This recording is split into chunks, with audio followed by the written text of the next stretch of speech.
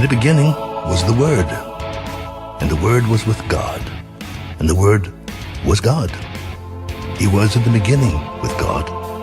All things were made through him, and without him nothing was made that was made.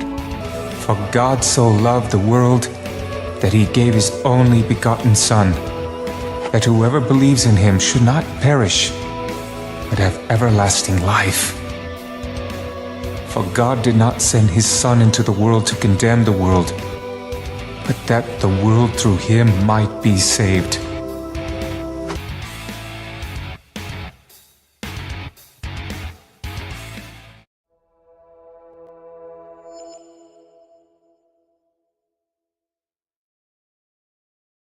Well, hello, ladies and gentlemen. Welcome to the show. It's Sunday night, and I'm Jake Johnson, and this is Untethered Live. Bible study, Sunday night. Great book of Joshua still. Big, long book we got there. Hello, everybody. Hey, Bubby Watts. Good to see you. ATL, April. Welcome, welcome, welcome. What's up? And thank you for the compliment, ATL. I worked hard on that beginning. I'm glad you like it. It took me a month to put that together. Probably. I don't remember how long it took. It took a while. I was toying with it for quite some time. But I got it like I liked it. And now I'm tired of it and I want to do another one. It's only been 2 years, 3 years. It's not easy being cheesy. How are you, sir? I'm fine. Fantastic, in fact. It's one of those great days. No rain. Feel fantastic. You know, I'm ready to rock and roll. Got a nice hot cup of coffee here.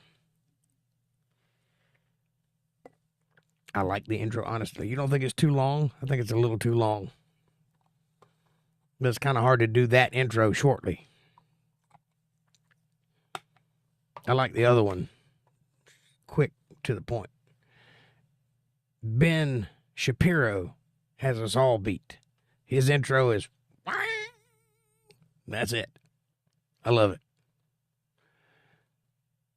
It's been raining all day, says Bubby Watts. I'm not here. Thank God. It rained all last week, so it's time for a reprieve. This episode is sponsored by this cup of coffee and the letter Q. You can tell where I grew up.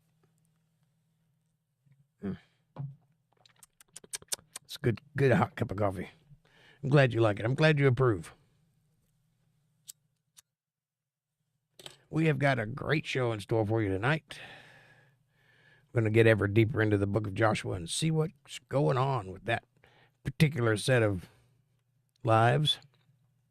See how they get on, see what they do, and see what's in store for the newly fledged Israelites in their brand new land of Canaan, which they will continue to fight over for the next 4,000 years. God only knows why. I guess a promise is a promise, and those people are serious about promises. That's my guess.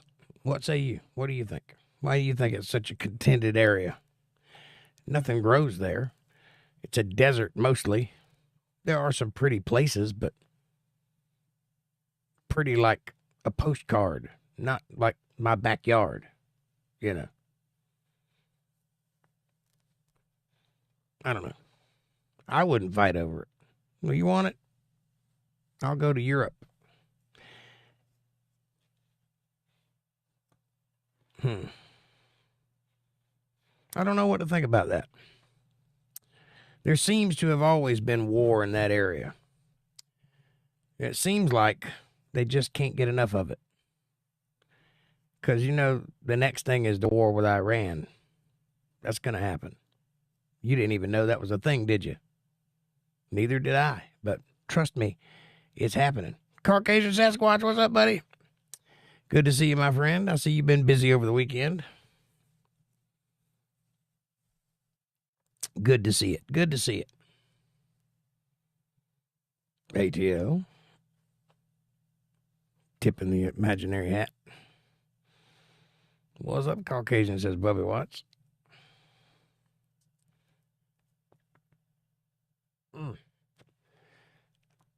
Yep, that's definitely going to be a thing in the very near future. You can watch it unfold. Say that I said it. Wrote it down that I said so. It's going to happen. America will go to war with Iran, not Iraq. We did that one. Iran. It's the next one on the list. I was very late. It was a very late show. I still haven't really been to bed. I've had those days.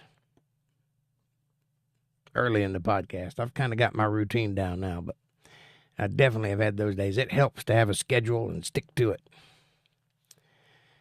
My left shin has been hurting all day. I don't know why. Did you recently kick something?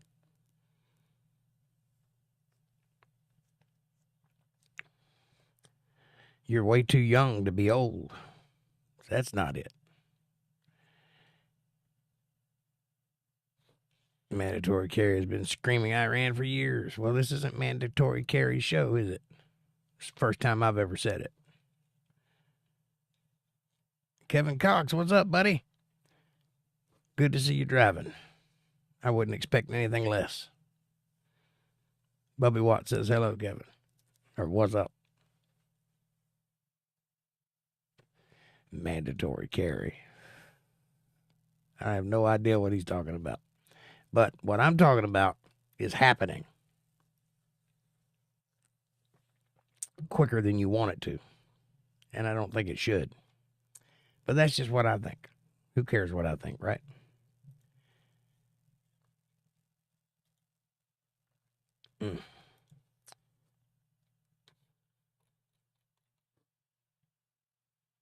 So, that's kind of one of the reasons that they wanted those boxes from Trump so badly, because the plans for that attack is in those boxes.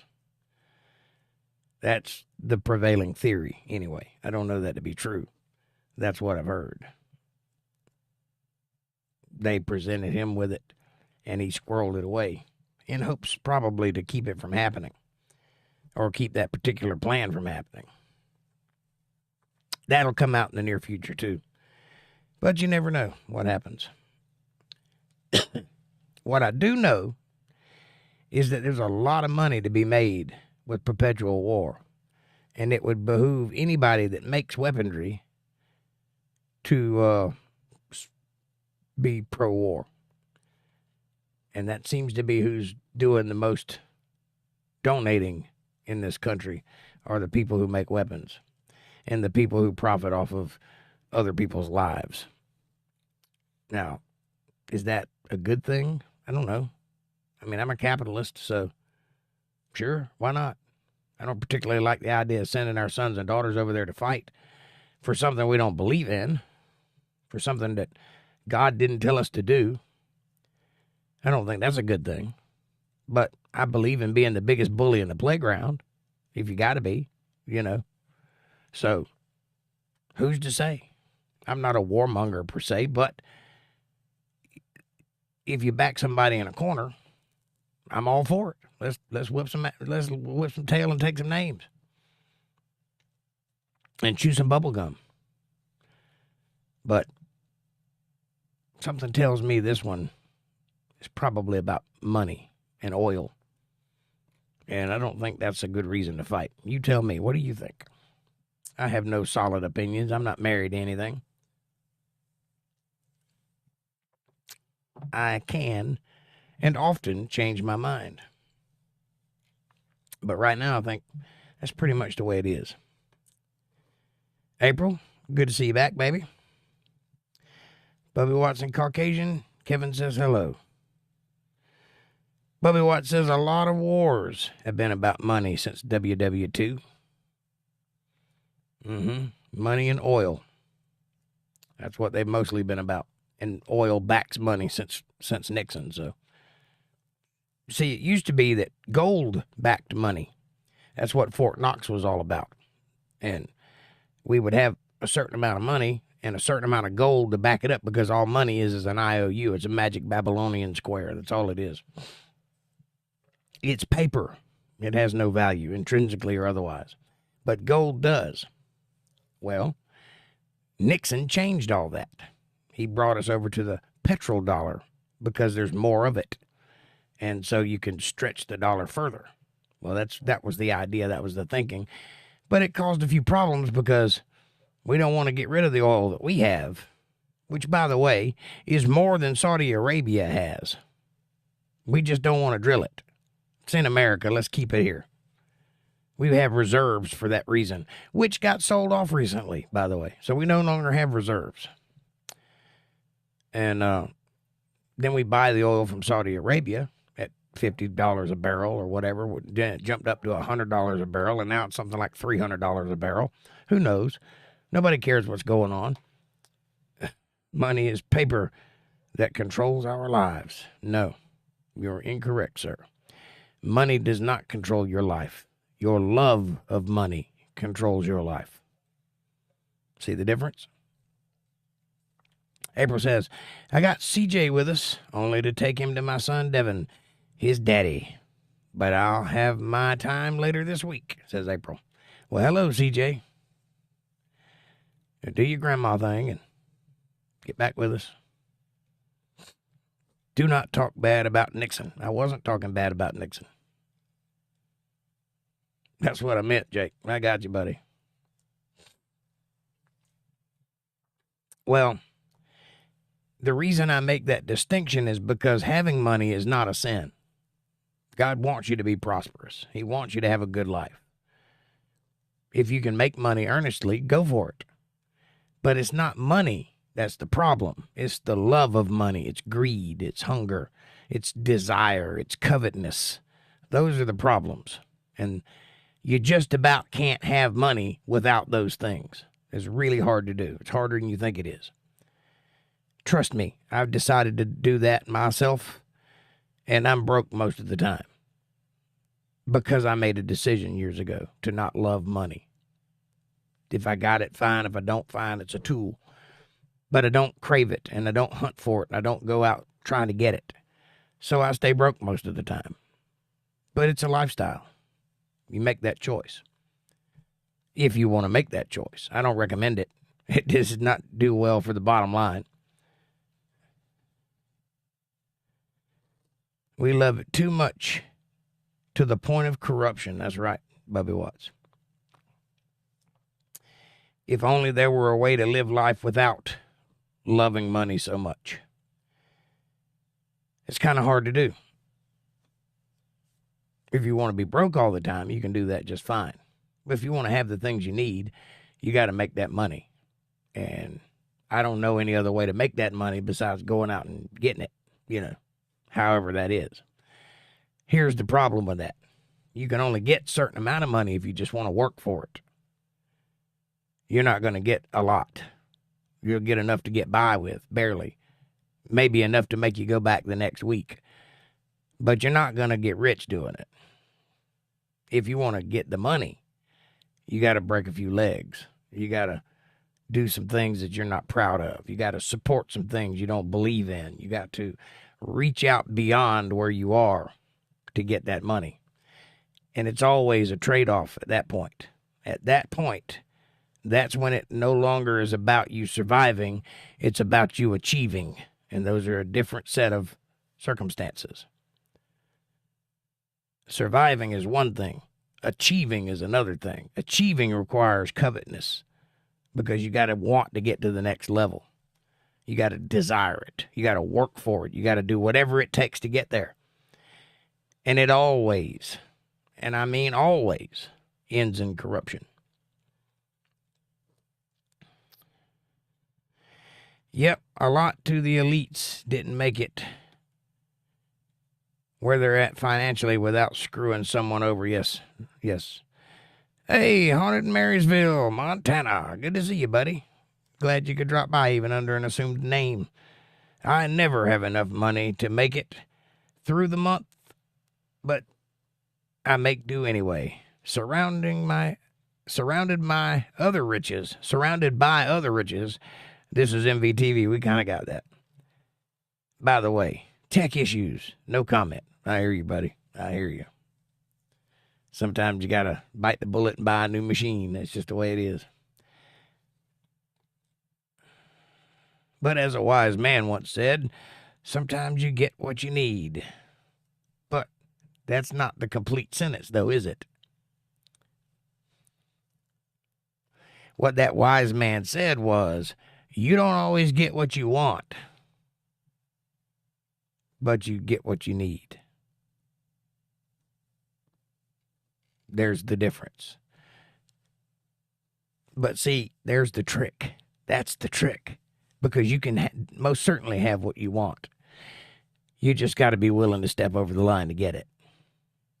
And if you do, then you'll have it. But it won't make you happy.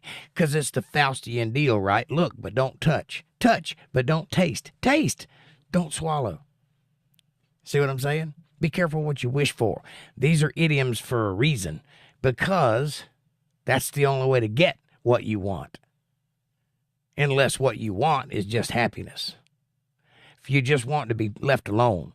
If you just want to be comfortable with your family. If you just want to be able to defend yourself.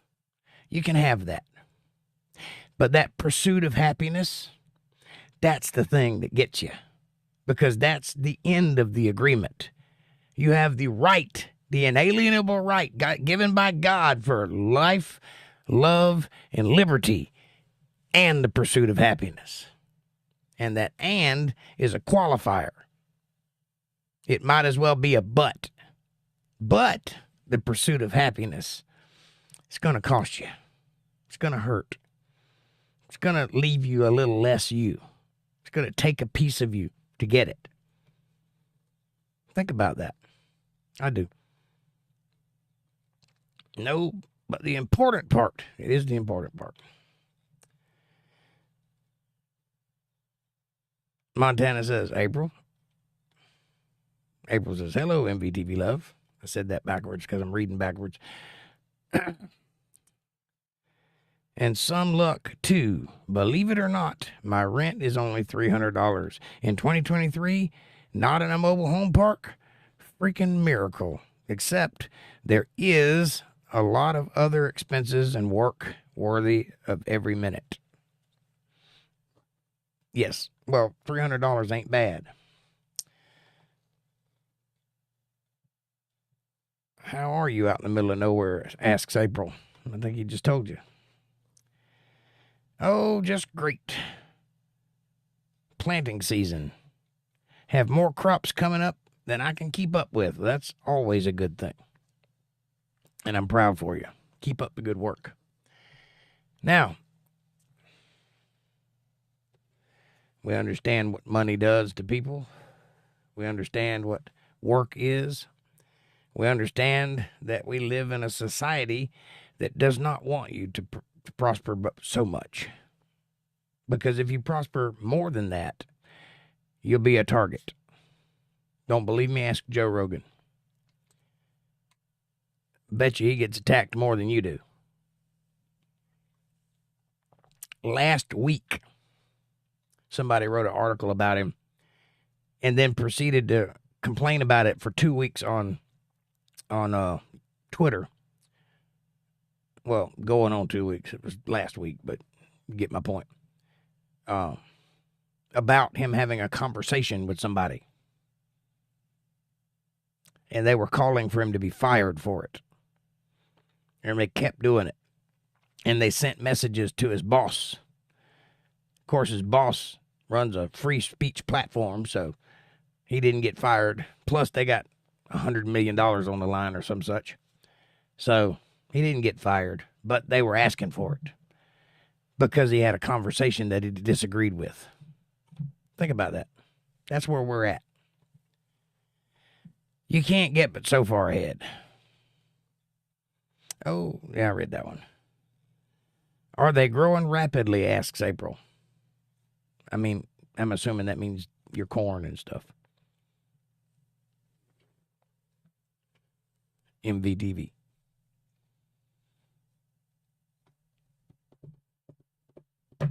Well, we got about 2 more minutes and we'll get started. Just kind of give everybody a chance to roll in and get comfortable. I will tell you one thing, though. Do not, and I repeat this, so that you hear me clearly. Do not choose the righteous path unless you're willing to suffer the consequences. I've heard people say before, I want to be like Christ. Do you? You know they nailed him to a tree, right? Is that what you want? Because that's being like Christ. Because it costs something. You can't be righteous. You can't be good unless you're willing to pay the price, because the society you live in isn't. It isn't good.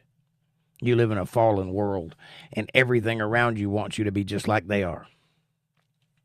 And if you won't be, if you intend to raise above that, they will attack you for it.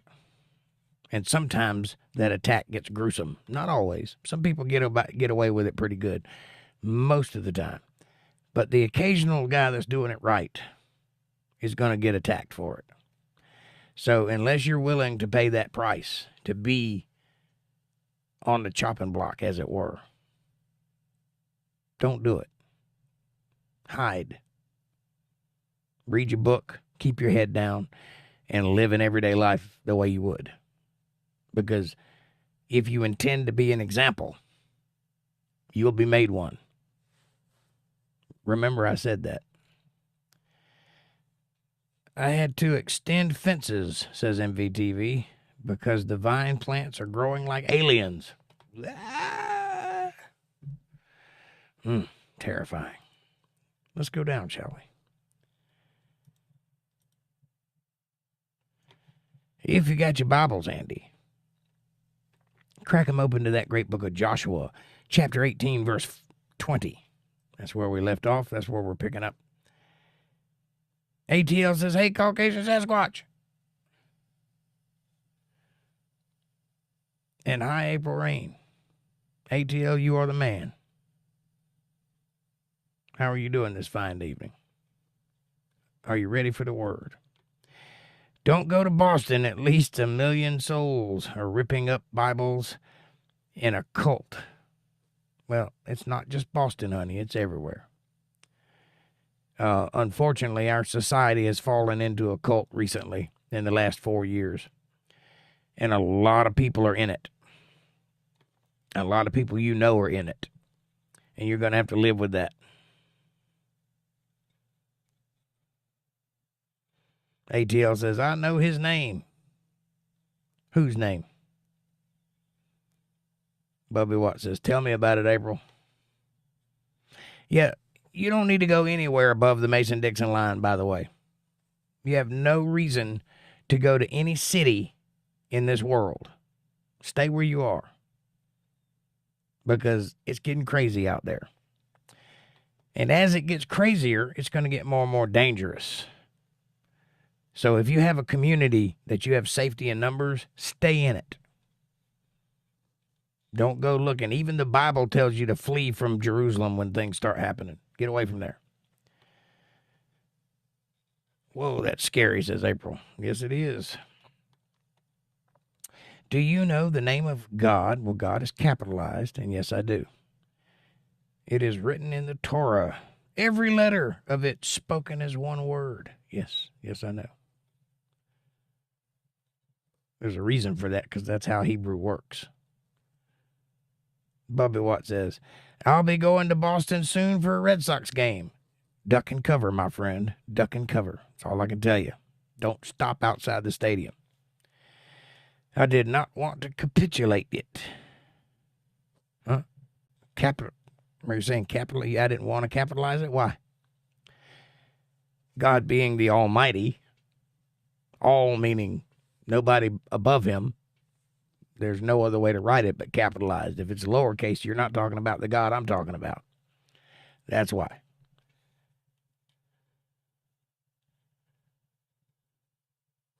I'm assuming that's what you're saying. It says capitali, but I'm pretty sure you meant to capitalize. Well, there's a breath of fresh air. Hadn't seen you in a while, Diego. Good to see you, buddy. Bubby Watts. No, ATL says, it's not good to say the name out loud. Well, you're not supposed to, but there's nowhere written in the Bible that says you can't say it. That's just a tradition that the Jews had. God didn't ever explicitly say, don't say my name. In fact, he said it quite often. Don't believe me? Christ said before Abraham was, I am that I am. The burning bush said, tell them I am that I am sent you. The Alpha and the Omega. On and on and on and on. So, yeah. Bubby Watt says, I'll be with my aunt and uncle. They know the city well, so it'll be okay. Good. I don't have that letter. April says, hi, Diego. So good to see you. We missed you, love. Man, I've just had so many things to do, says Diego. Well, I'm glad you're busy. Shouldn't neglect Bible study because you're busy. I'm busy too. I have 3 jobs and I still do it every week. But I'm glad you're here.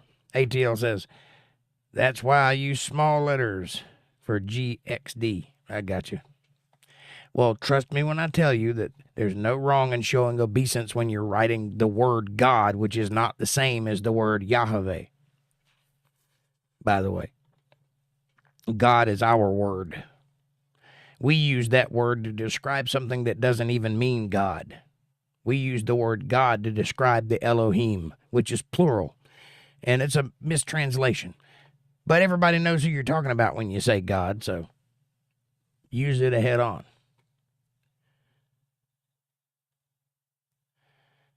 ATL, Kevin says hi. ATL says, new keyboard is missing the last letter of the alphabet. Oh, that's terrible. Hopefully there's no Z's in your future. Hello, Kevin, says ATL. Diego says, it's called the Great Tetragrammaton, the unpronounceable name of Almighty God. Well, it's not unpronounceable, and a tetragrammaton is not the same thing, but it is very important. You're on the right track. Keep looking in that direction. Also, look at the dodecahedron. That's a very esoteric study to get down into, but if you choose to go down that path, I recommend you pay attention because it's deep, and it's going to take quite some time for you to get through it all, but you'll get there.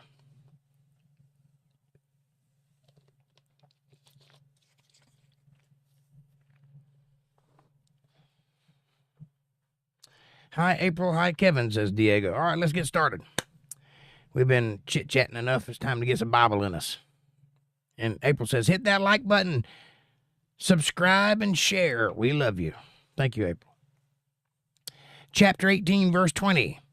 And Jordan was the border of it on the east side. This was the inheritance of the children of Benjamin by the coasts thereof round about according to their families.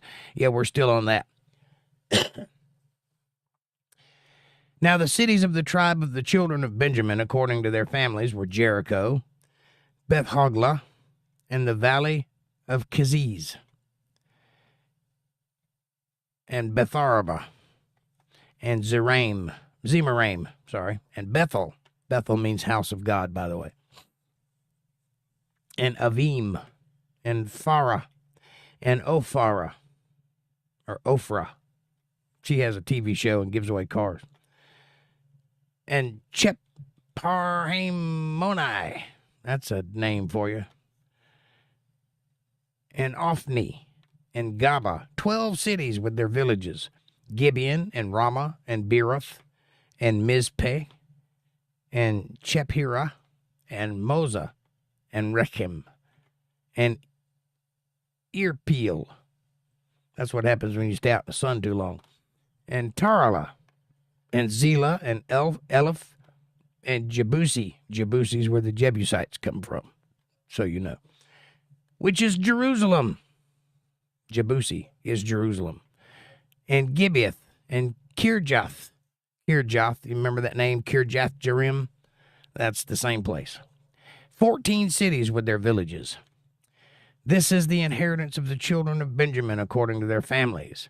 And the second lot came forth to Simeon, even for the tribe of the children of Simeon according to their families, and their inheritance was within the inheritance of the children of Judah.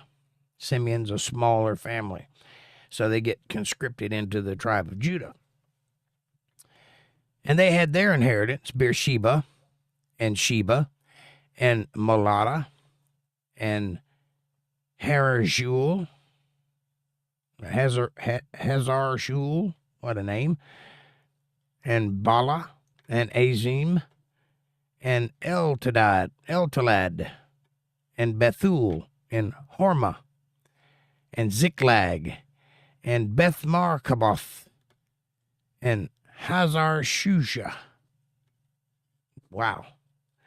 I need, to take my teeth out and file down my gums to say these words. And Bethlebaoth,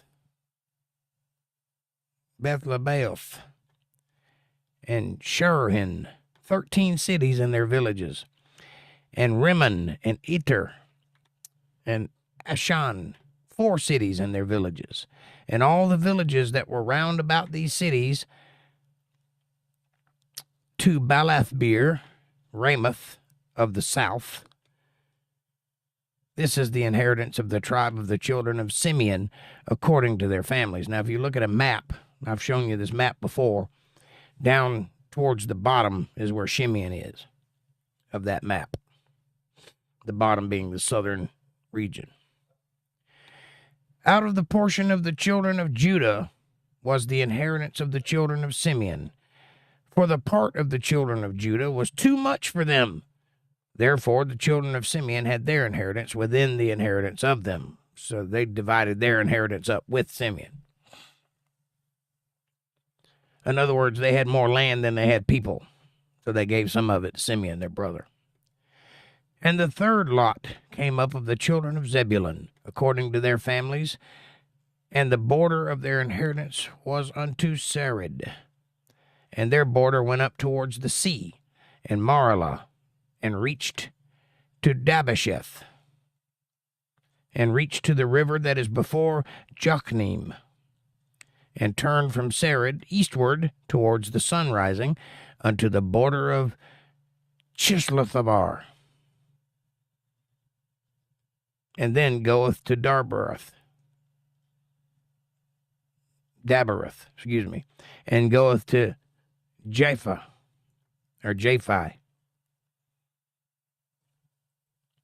and from thence passeth along unto the east of Getahefer, to Etanakanzin,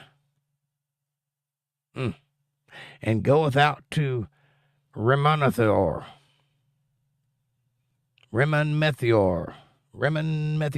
trying to say that 3 times real fast. Rimmon-Methior, to Ni. I like Ni. Ni is easy to say. Their knights come from there, and they say Ni. And the border compasseth it on the north side to Hanathon, which is next to Marathon. Hanathon, Marathon. They got the downside, Marathon got the upside. And the outgoings thereof are in the valley of Jephthahil. Yep, Jephthahil. I like it.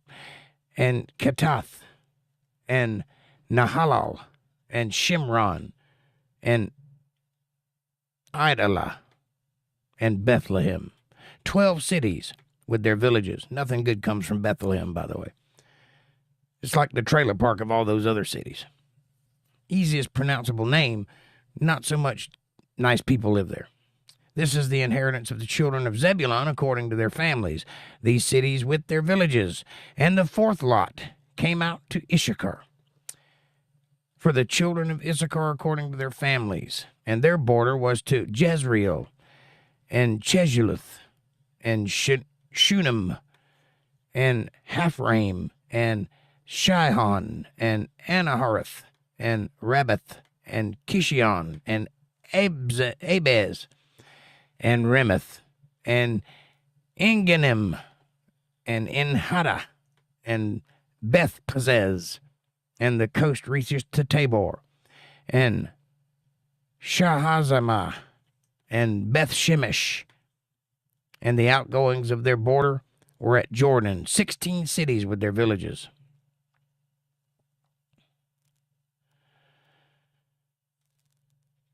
This is the inheritance of the tribe of the children of Issachar, according to... I read that one. Sorry. Did I? No, I didn't. This is the inheritance of the tribe of the children of Issachar, according to their families, the cities and their villages. And the fifth lot came out for the tribe of the children of Asher, according to their families. And their borders was Helkath, and Halai, and Beaton, and Askshaph,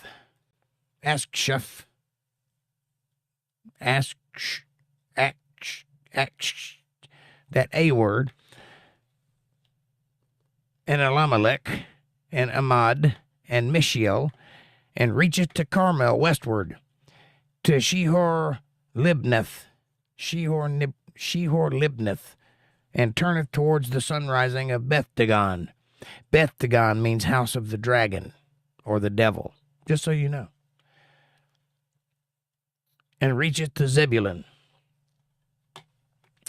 and to the valley of Jephthaheel, I like it, towards the north side of Bethmech, which means the house of Mech, just so you know.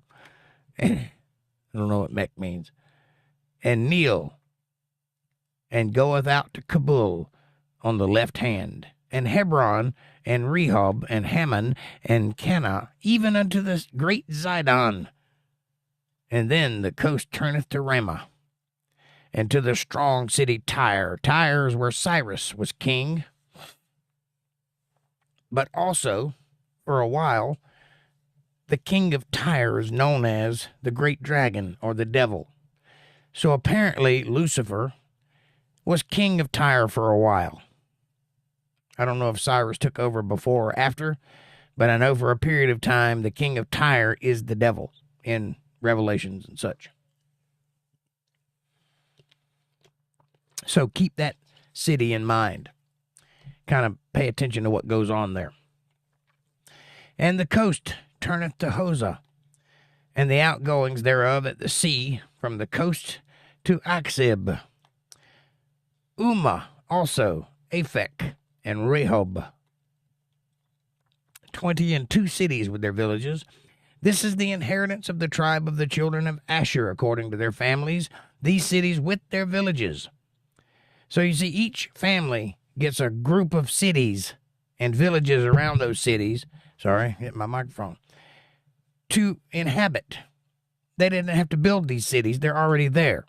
They don't have to stock the cities. They're already stocked. There's food there. They just got to take over and start living. It's a pretty easy con job they got going on here. The sixth lot came out to the children of Naphtali, even the children of Naphtali according to their families, and their coast was from Heleph to Alan, to Zananim, to Admai, to Nekeb, to Jabneel, to Lakum. I'm really glad these names are getting easier to pronounce. And the outgoings thereof were at Jordan. And then the coast turneth westward. I had to open my mouth, didn't I? To Aznath-Tabar, and goeth out from thence to Hukuk, which is a Klingon word. Hukuk. I think that's a dish that they eat, served cold. And reacheth to Zebulun on the south side, and reacheth to Asher on the west side, and to Judah upon Jordan towards the rising sun. Or the sun rising, sorry, my bad.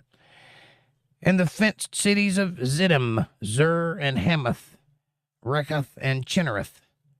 Chinnereth is where some idol worship was going on earlier.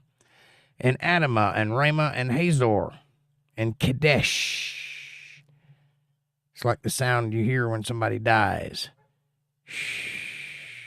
That's what David Koresh said. He was referring to that name. Koresh does not mean the same thing as Kadesh, but he didn't know that. And Edrei, and Enhazor, and Iron, and Migdaleel, Horem, and Bethanath, and Bethshemesh. 19 cities with their villages with pronounceable names. This is the inheritance of the tribe of the children of Naphtali, according to their families, with their cities and their villages. And the 7th lot came out for the tribe of the children of Dan, according to their families. This is the 7th lot, and we've got 12 to go, so 8, 9, 10, 11, 12, 5 more. And the coast of their inheritance was Zorah, and Eshtaol, and Irishemesh, and Shalabin, and Ajalon, and Jethlah, and Elon, and Timnathah, and Ekron, and Eltekeh, and Gibbethon, and Baalath. Baalath means Baal's house, I think. Baal's place, Baal's valley, something like that. Baal is a false deity. And Jehud, and Benabarek, and Gathrimmon, and Mejarkon, and Rekon, with the border of Japho, before Japho. And the coast of the children of Dan went out too little for them. They didn't have enough space. Therefore the children of Dan went up to fight against Leshem, and took it, and smote it with the edge of the sword, and possessed it, and dwelt therein, and called Leshem Dan, after the name of Dan their father. So the city of Dan is once called Leshem, and if you can find the city of Dan on map, you'll know where they're talking about. This is the inheritance of the tribe of the children of Dan according to their families, these cities with their villages. When they had made an end of dividing the land for inheritance by their coasts, the children of Israel gave an inheritance to Joshua the son of Nun among them. According to the word of the Lord, they gave him the city which he asked, even Timnath-serah in Mount Ephraim, and he built the city and dwelt therein. So he got the base of a mountain, Timnath-serah. Keep in mind that Joshua is not one of the 12 tribes that were to get an inheritance, but because he served as the general of that army and led them into victory, he gets his own place, his own inheritance. Whatever place he wants, he can ask for it, they'll give it to him. So there you go. So there's 13 sets of inherited land. These are the inheritance which Eleazar the priest and Joshua the son of Nun and the heads of the families of the tribes of the children of Israel divided for an inheritance by lot in Shiloh before the Lord at the door of the tabernacle of the congregation. So they made an end of dividing the country. And the Lord also spake unto Joshua, saying, Speak to the children of Israel, saying, Appoint out for your cities of refuge, there's that word again, whereof I spake unto you by the hand of Moses. So from the beginning, from the moment God laid out these cities, he had built into the plan to have a place of refuge in every city. A sanctuary city, if you will. Is that for immigrants? No, that's for sinners who are wrongfully accused or awaiting trial or something like that. Or are guilty, but by a different means. For example, if you own a farm and a piece of equipment falls on a person and kills them, you're held responsible. However, you didn't kill the person. It's accident. It's an act of God. You got to go to trial. You got to be judged and found guilty or innocent. That's not going to stop the family of that person from hunting you down and killing you because you killed their son. Therefore, you can run to a sanctuary city or a place of refuge and be off limits to the seeker of blood, and even have someone appointed to defend you should they come a-looking. However, once you're sentenced or once you're judged, then all bets are off. Then whatever happens, happens. But that was from the very beginning of God's design for these cities. So keep that in mind as you talk about what a tyrant God was. I know you guys aren't saying that, but a lot of people do. That the slayer that killeth any person unawares and wittingly may flee thither, and they shall be your refuge from the avenger of blood, which is what that phrase what I just said is what that sentence means. And when he that doth flee unto one of those cities, which shall stand at the entering of the gate of the city, and shall declare his cause in the ears of the elders of that city, they shall take him into the city unto them, and give him a place, that he may dwell among them without persecution. That's what's not being said there. And if the avenger of blood pursue after him, then they shall not deliver the slayer up into his hand, because he smote his neighbor unwittingly. There's the qualifier, unwittingly, and hated him not before time. This is not a crime of hatred. This is a crime of accident. It happened, yes, but this guy didn't mean that guy any harm. He didn't hate him. There was no forethought. It just happened. So now he's got to prove his innocence. Once he proves his innocence, then he'll be left alone. But until then, there'll be people looking to kill him. And that's the purpose for the sanctuary city.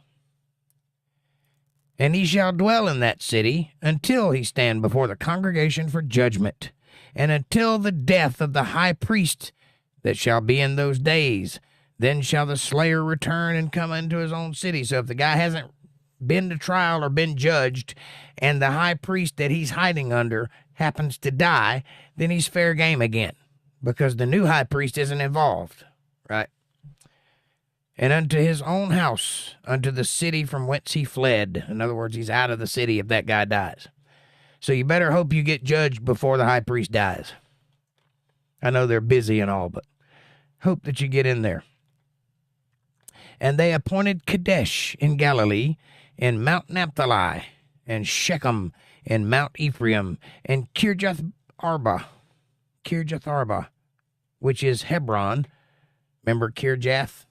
Kirjath Jearim, Kirjath Arba, that's Hebron and Mount Hebron, in the mountain of Judah. And on the other side, Jordan, by Jericho eastward, they assigned Bezer in the wilderness upon the plain out of the tribe of Reuben, and Ramoth in Gilead out of the tribe of Gad, and Golan in Bashan out of the tribe of Manasseh, or the half-tribe of Manasseh, more specifically. These were the cities appointed for all the children of Israel, and for the stranger that sojourneth among them, that whosoever killeth any person at unawares, meaning they didn't mean it, might flee thither, and not die by the hand of the avenger of blood, which was a thing in those days. You avenge the blood of your family, until he stood before the congregation. Then came near the heads of the fathers of the Levites unto Eleazar the priest, and unto Joshua the son of Nun, and unto the head of the fathers of the tribe of the children of Israel. And they spake unto them at Shiloh in the land of Canaan, saying, The Lord commanded by the hand of Moses to give us cities to dwell in, with the suburbs thereof for our cattle. Well, yeah, that's what we're doing. That's what this whole book is about. Keep up, folks. And the children of Israel gave unto the Levites out of their inheritance that commanded, that at the commandment of the Lord, these cities and their suburbs. Now, remember what I told you about the Levites. They did not get an inheritance. So there cuts out one of the 12 tribes, right?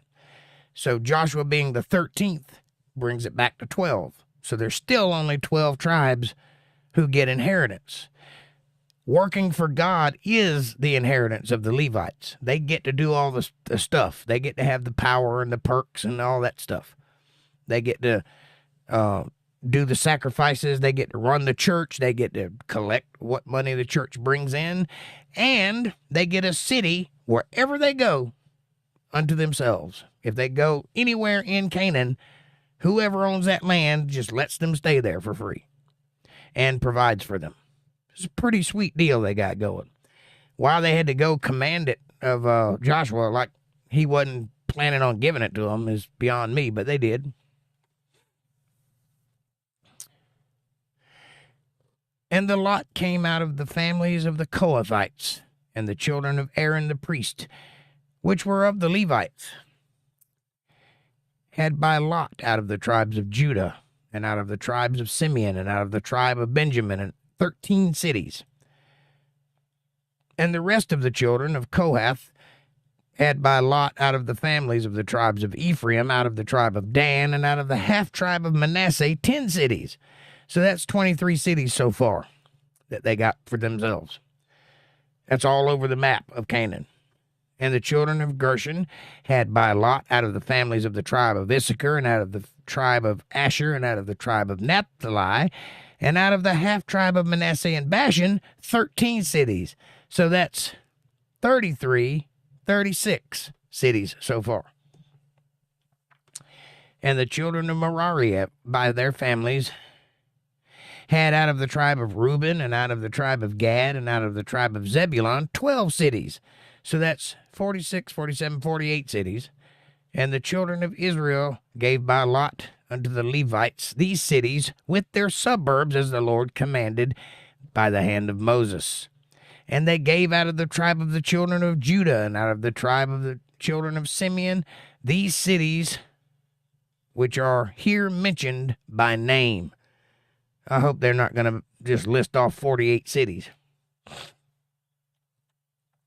Which the children of Aaron, being of the family of the Kohathites, who were of the children of Levi, had for theirs was first lot, meaning had for theirs was first lot.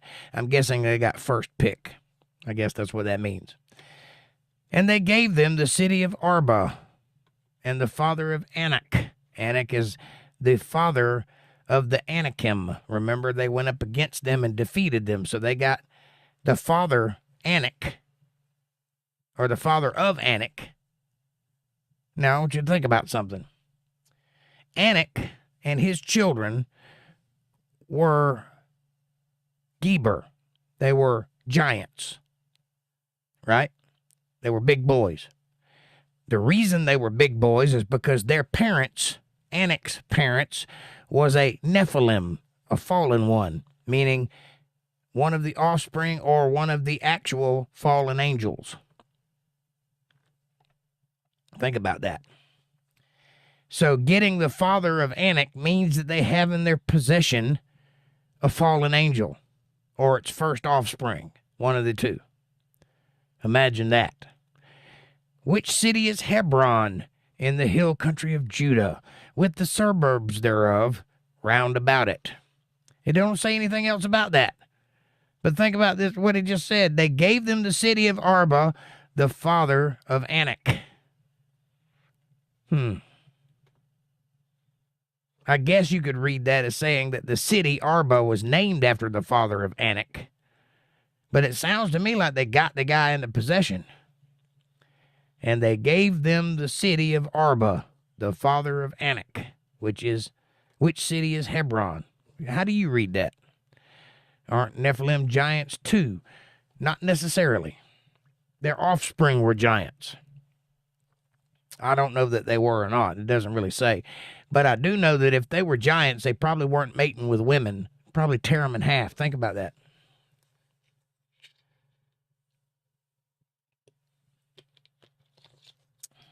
Their offspring grew to be giants. And there is a clear difference between the Nephilim and the Geber, which are their offspring, and the Raphaim, which are their offspring, which means the dead ones, whatever that means. And Rapha means dead, and Napha means fallen. So you have to kind of divide that up and figure out what you're talking about. But it clearly says that the offspring of the Nephilim were giants. There were giants in the earth in those days. Yes, they became giants, but I don't know that they started out that way. Anyway, I've dwelled on this city too long, but you can read this one of two ways. Either they got the father of Anak, or the city is named after the father of Anak. Don't know which. Either way, that place is creepy. But the fields of the city and the villages thereof gave they to Caleb, the son of Juniphah, for his possession. Caleb is one of the bad boys in Joshua's army, a real go-getter. Thus they gave to the children of Aaron the priest Hebron, with her suburbs to be a city of refuge for the slayer, and Libnah with her suburbs, and Jatir with her suburbs, and Eshtemoa with her suburbs, and Holon with her suburbs, and Debir with her suburbs, and Ain, I like that name, with her suburbs, and Juttah, not Judah, Juttah, with her suburbs, and Beth Shemesh with her suburbs, 9 cities out of those 2 tribes. And out of the tribe of Benjamin, Gibeon with her suburbs, Geba with her suburbs, Anathoth with her suburbs, Almon with her suburbs, 4 cities. All the cities of the children of Aaron, the priests, were 13 cities with their suburbs. And the families of the children of Kohath, pardon me, the Levites which remained of the children of Kohath, even they had the cities of their lot out of the tribe of Ephraim. For they gave them Shechem with her suburbs in Mount Ephraim, to be a city of refuge for the slayer, and Gezer with her suburbs, and Kibzaim with her suburbs, and Bethhoron with her suburbs, 4 cities. And out of the tribe of Dan, Eltekeh with her suburbs, and Gibbethon with her suburbs, and Ajalon with her suburbs, and Gath-Rimmon with her suburbs, 4 cities. And out of the half-tribe of Manasseh, Tanakh. That's where the Ark of the Covenant was found in the movie Raiders of the Lost Ark. It's an Egypt city. That city's a real city. The fact that the Ark of the Covenant was there is not real, just so you know. Tanakh. Also known as Tanis in that movie, but Tanakh is the place. With her suburbs, and Gath-Rimmon with her suburbs, 2 cities. All the cities were 10 with their suburbs for the families of the children of Kohath that remained. And unto the children of Gershon, of the families of the Levites, out of the other half-tribe of Manasseh, they gave Golan and Bashan with her suburbs to be a city of refuge for the slayer, and Beer-Shetera with her suburbs, 2 cities. Out of the tribe of Issachar, Kishon with her suburbs, and Deborah with her suburbs, and Jarmuth with her suburbs, Enganim with her suburbs, 4 cities. And out of the tribe of Asher, Mishael with her suburbs, Abdon with her suburbs, Helkath with her suburbs, and Rehob with her suburbs, 4 cities. Excuse me. Don't blow your nose on camera, Jake. It's unprofessional. And out of the tribe of Naphtali, Kadesh in Galilee with her suburbs, to be a city of refuge for the slayer, and Hamathor with her suburbs, and Kartan with her suburbs, 3 cities.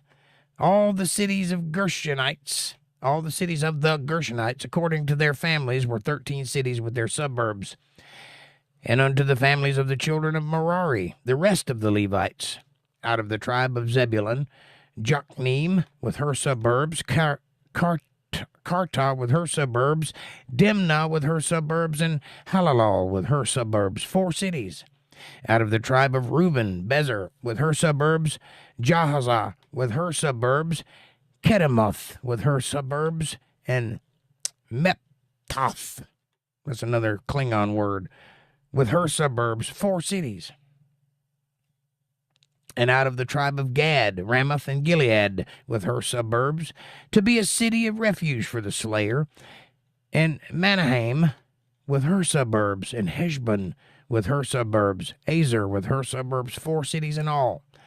Why is this important to know? I know you're asking yourself that question. Why are you reading all this? Well, it isn't, unless you're one of those people that want to know where everybody is when things start happening.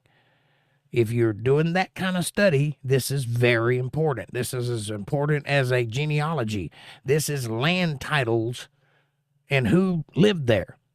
So if you're trying to understand all the stuff that goes on in the Bible, it helps to know where they came from and who they are. And that also will help you with language, because each location has local language. right? You know, like we do. Like some people say like and every sentence. Some people end their sentences with upspeak. Like, you know what I'm talking about? Turning everything into a question. That's a thing. It's a northern thing, but it's a thing. Down south, they have southern slangs. Good Lord willing and the creek don't rise. You know what I'm saying? Out California, it's like, yeah, for sure, you know. So if you know where these people are from, you can figure out what they're talking about when you're doing translating and things like that. So yes, this is very important knowledge if you're into that kind of study. If you're not, this is just a history book and we're going to get through it as quickly as possible. If you're into that kind of study, pay attention because you won't get this kind of information anywhere else. So all the cities for the children of Merari and by their families, which were remaining of the families of the Levites, were by their lot 12 cities. All the cities of the Levites within the possession of the children of Israel were 48 cities, as I said in the beginning, because I counted them, with their suburbs. These cities were every one with their suburbs round about them. Thus were all these cities. They were well compensated for the 40 years in the desert and all the war that they just endured. Well compensated. And the Lord gave unto Israel all the land which he sware to give to their fathers, and they possessed it, and dwelt therein. And the Lord gave them rest round about. There's that word again, refuge, rest, Shabbat, that's the word. Sabbath. It's over and over in this book. No matter where you go in the Bible, you'll find that word. Gave them rest round about, according to all that he sware unto their fathers. And there stood not a man of all their enemies before them. The Lord delivered all their enemies into their hand. Very important. There fell not one, not aught, of any good thing which the Lord had spoken unto the house of Israel. All came to pass. Not one thing did not come to pass. Every promise God made from the moment he took them out of Egypt until now, every promise he made, he kept. Not one did he not fulfill. You understand that? This goes before they were ever in Egypt. This goes all the way back to Abraham. From the moment he come up to Abraham under that tree, everything he promised him came to pass. Then Joshua called the Reubenites and the Gadites and the half-tribe of Manasseh, and said unto them, Ye have kept all that Moses the servant of the Lord commanded you, and have obeyed my voice in all that I commanded you. Ye have not left your brethren these many days unto this day, but have kept the charge of the commandment of the Lord your God. This is a good omen. And now the Lord your God hath given rest unto your brethren, as he promised them. Therefore now return ye, and get you unto your tents, and unto the land of your possession, which Moses the servant of the Lord gave you on the other side of Jordan. Remember those people? These are those people he's talking to. They didn't want to have their land in Canaan. They wanted it on that side of the Jordan River, so they got it. They still had to go to war, though. But take diligent heed to do the commandment and the law, which Moses the servant of the Lord charged you, to love the Lord your God, and to walk in all of his ways, and to keep his commandments, and to cleave unto him, and to serve him with all your heart and with all your soul. That goes for you too, by the way. So Joshua blessed them and sent them away, and they went unto their tents. Whew. All right. I got to handle something real quick. You guys don't go nowhere. I'll be right back. Look at this while I'm gone.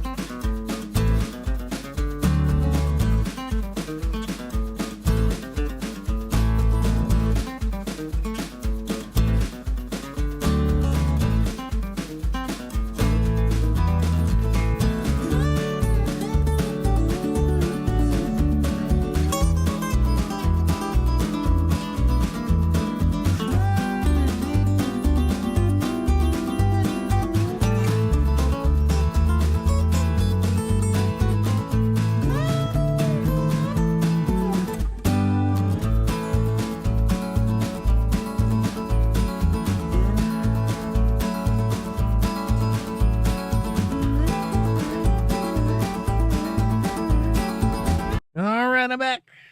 All right. Sorry about that. What'd I miss? Diego says the reason why the author of Joshua names the geography of the land that the Israelites conquered in detail was to show how the Lord kept his promise perfectly to them. Well, among other things, yes, but also because it's a good study to know where everybody is. Perfectly to them, yes. April says, true and yes. Aren't Raphium giants too? I believe I answered that one. I think I asked this before. Well, now you know the answer. Okay, Jake. What are you okay Jaking about? Wasn't it in Cairo? No. Watch the movie. They started in Cairo. They went to Tanis. Or Tanakh. Same place. I haven't seen the movie in a while. There you go. Joshua is definitely a book that needs to be read with lots of patience. Amen. Or humor. Because both are true. April says, today was almost a tragedy for Kevin and I. OMG, I lost my dog. Previous ahead. Huh? I lost my dog previous ahe. I don't know what you mean. Doing better now, but very weak. Please say a prayer for Precious. Precious, okay. Y'all, thank your love. I will. I meant Precious is her name. Gotcha. But you got her. Excellent. Father, watch over Precious. Keep your hands on your animals and give them the love they deserve. Thank you, Father, in Jesus' precious name. Amen. All right. Hope that helps. Kevin says, I just dropped off CJ and stopped for a moment. Hey, Bubby, ATL, Sasquatch, or Squatcho, and Diego. There's a name you hadn't seen in a while, huh? Hey, Kevin, how are you, says Bubby Watts. All right, I'm all caught up. And now back to the program. It's only 9 o'clock.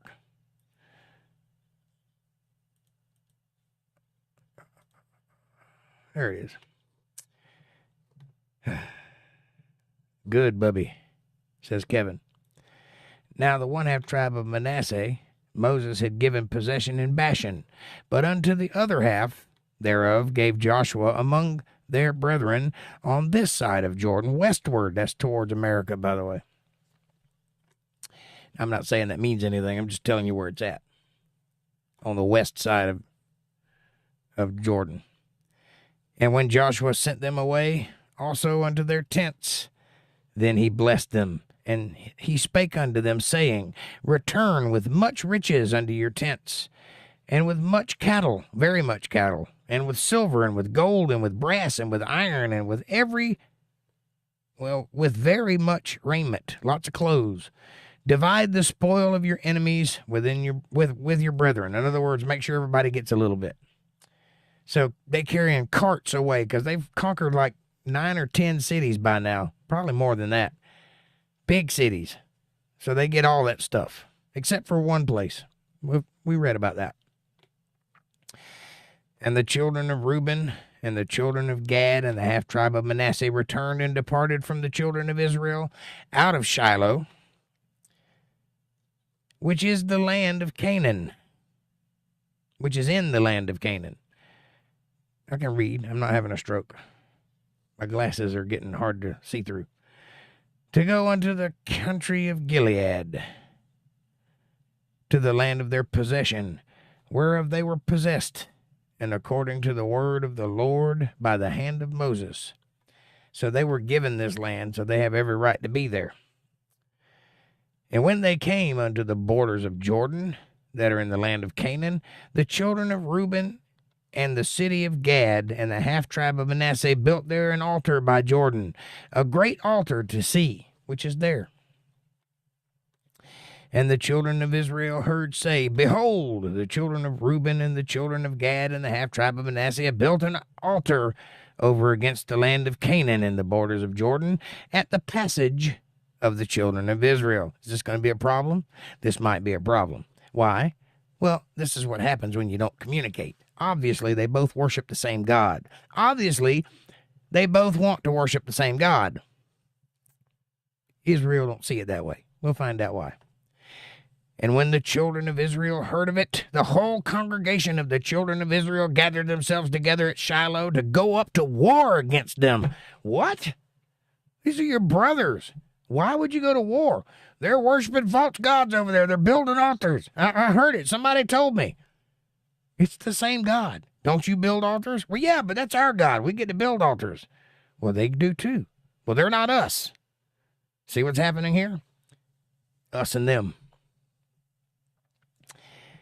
And the children of Israel sent unto the children of Reuben, and to the children of Gad, and to the half-tribe of Manasseh in the land of Gilead, Phinehas the son of Eleazar, the priest, and with him 10 princes, of each chief house a prince throughout all the tribes of Israel. And each one was an head of the house of their fathers among the thousands of Israel. And they came unto the children of Reuben, and to the children of Gad, and to the half-tribe of Manasseh, and to the land of Gilead.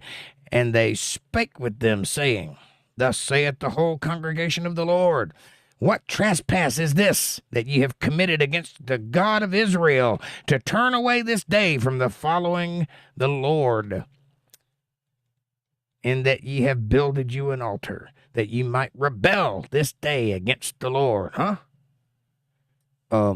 It's an altar to the Lord. Well, you can't do that. Why? Because you're not Israel. Only they get to do that. But we're related. But you can't do that. Why not? It just ain't right. Is the iniquity of Peor too little for us, from which we are not cleansed unto this day? Although there was a plague in the congregation of the Lord, but that ye must turn away this day from following the Lord, ? And it will be, you see, his imagination's running away from him here. He's coming up with all kinds of reasons why they might be rebelling against him to build this altar that's not in Egypt. Not in Canaan. And it will be, seeing ye rebel today against the Lord, that tomorrow he will be wroth with the whole congregation of Israel. Notwithstanding, if the land of your possession be unclean, then pass ye over unto the land of the possession of the Lord, wherein the Lord's tabernacle dwelleth. Oh, that's what it is. We didn't build an altar near the tabernacle. I see. So you're saying we can only build a tabernacle altar. We can't build an altar out here. Didn't you build an altar out here when you crossed over the Jordan? No, we're going to forget about that. The altar was with us. I got you. The tabernacle dwelleth, and take possession among you, but rebel not against the Lord, nor rebel against us, in building you an altar beside the altar of the Lord our God. It's the same altar. It's the same God. Did not Achan, the son of Sarah, commit a trespass in the accursed thing, and wrath fell on all the congregation of Israel? Well, yeah, that guy stole some stuff. He hid it in his tent. Remember that? And that man perished not alone in his iniquity. Pardon me. No, his whole family got burned up and stoned to death and burned up. Because they were all complicit, that's why. Then the children of Reuben and the children of Gad and the half-tribe of Manasseh answered and said unto the heads of the thousands of Israel, The Lord God of gods, the Lord God of gods, he knoweth, and Israel shall know, if it be in rebellion, or if it be in transgression against the Lord. Save us not this day, that we have built us an altar, to turn from following the Lord. Or if to offer thereon burnt offerings or meat offerings, or if to offer peace offerings thereon. Let the Lord himself require it. And if we have not rather done it for fear of this thing, saying, in time to come your children might speak unto our children, saying, What have ye to do with the Lord God of Israel? Did you forget that we're family? Did you forget that we're going to be seeing each other? We live on opposite sides of the same river. We come from the same wilderness. We were slaves together in Egypt. We fought the wars together. We worshiped God together. Now you're saying we can't worship God if we live on this side of the Jordan River? Let God decide. For the Lord hath made Jordan a border between you and us. No, you made a border between you and us. You're the ones that decided to live on that side, not this side. God just agreed with it. Ye children of Reuben and children of Gad, ye have no part in the Lord. What? What do you mean we have no part in the Lord? We're part of the same family. So shall your children make our children cease from fearing the Lord. No, you should always fear the Lord. And this is a good lesson for Christians, because you are not of the same religion as the people who worship God in the Bible are. But you are God's children. If you're not the same religion, does that mean you're not worshiping the same God? No, because there's only one God. And if you worship him, however you choose to do so, you worship him. Worship is a very serious deal, though, as you can see here. And so now, the children of Israel are telling the children of the western side of Jordan that their children have no part with God because they left. They're not part of the tribe anymore. But didn't Joshua bless them when they left and gave them a bunch of stuff and told them to go their merry way? They were rest. They were in peace. No more wars to fight. So they went home. When they got home, they decided to worship God and build an altar, because that's what you did in those days. Well, if you don't have the tabernacle, if you're not a Levite, you probably shouldn't do that. And they took it seriously. And they're like, we're going to go to war with these people. We're going to cut them off. Their children will not have any part in God's future. That's not God's plan, by the way. That's their plan. So keep that in mind. This is all going to work out, by the way, but it gets a little tense. Therefore we said, let us now prepare to build us an altar, not for burnt offerings, nor for sacrifice, but that it may be a witness between us and you and our generations after us, that we might do the service of the Lord before him with our burnt offerings and with our sacrifices and with our peace offerings, that your children may not say to our children in the time to come, ye have no part in the Lord. That's why we built the altar. We didn't plan on doing sacrifices. We didn't plan on doing anything wrong. We built it as a witness so that our children would know that when we go to Jerusalem to sacrifice at the tabernacle, that they have a part in that. This is wisdom talking. This would be the same thing as if you got on your hands and knees and spoke to God. You have a part in that because you're part of the tribes. You're just a little further away from it than these people are. But even back then, this problem persisted. Keep it in mind. Therefore said we, that it shall be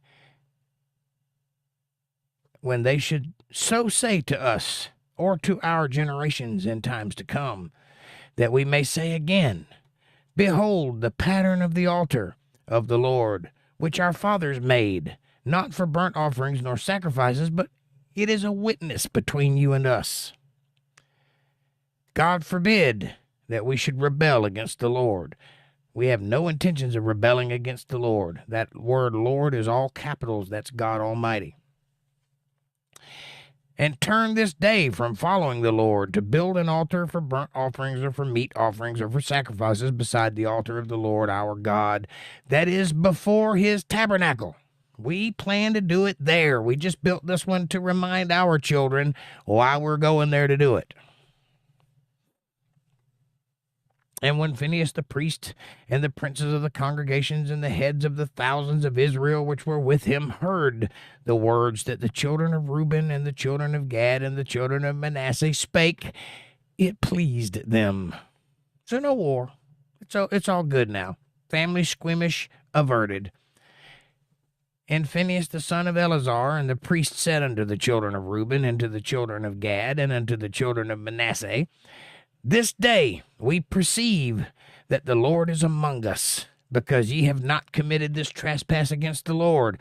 Now ye have delivered the children of Israel out of the hand of the Lord.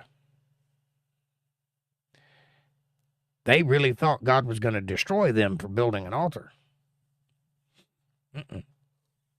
And Phinehas the son of Eleazar the priest and the princes returned from the children of Reuben and from the children of Gad out of the land of Gilead unto the land of Canaan, back east to the children of Israel, and brought them word again. And the thing pleased the children of Israel, and the children of Israel blessed God, and did not intend to go up against them in battle, to destroy the land wherein the children of Reuben and Gad dwelt. And that's where we're going to stop for today, ladies and gentlemen. We'll pick up next time, chapter 22, verse 34. I really hope that this touched your heart. I hope you learned something from it. I hope it causes you to reach out and dig deeper and get closer to God Almighty and understand His Word. Now, I want you to do me a favor and hit that subscribe button like that. Press the bell icon so you get notifications of when I'm going to be online. Smash that like button. It's right in front of you. It takes no effort at all, and it really does help the channel with the algorithms. Share this video with somebody you love. Better yet, share it with somebody you don't love. Bring them into the family. Make them part of the fold. Be part of their solutions, not part of their problems. Leave comments down below. Let me know what you're thinking about. Question me, curse me, bless me, challenge me, confront me, conform with me, drink my Kool-Aid. Make your own Kool-Aid as long as you're thinking critical. And hey, if you love the Word of God and you can see the value in what I'm trying to build, or if you feel led to send your tithes, offerings, or love offerings, or if you just like to pat me on the back and say, hey, good job, Jake, I see what you're doing, you can do that. You can support my work by going to paypal.me/jakejohnsonband, or if you're a CashApp user, you can go to $jakejohnsonband, and it is needed, and I appreciate it. It really does help. We live in a reciprocal universe. So even if you're blessing me, it's a blessing to you too. Keep that in mind. Now, I will take all of your questions and comments and round out this video. Hey, Jake, I enjoyed the study. I love you all. Don't leave. I just got finished. Ain't even got a chance to talk to you yet. I just dropped off CJ. Excellent. So you should be free.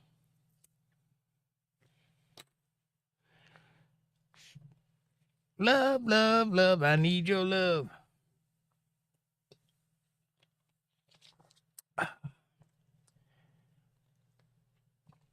I need to get that sound bite. I wonder if I get in trouble if I use that.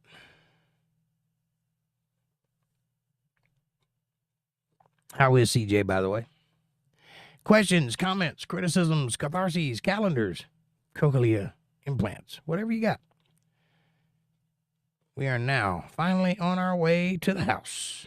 Yes, I'm free now. Excellent. I've been at the house for 3 days. Quite miserable 4-day weekend with nothing to do except band practice and podcasting and, building and fixing and other stuff.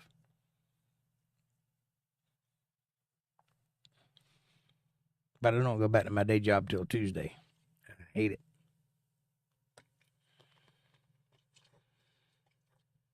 Hate it, hate it, hate it.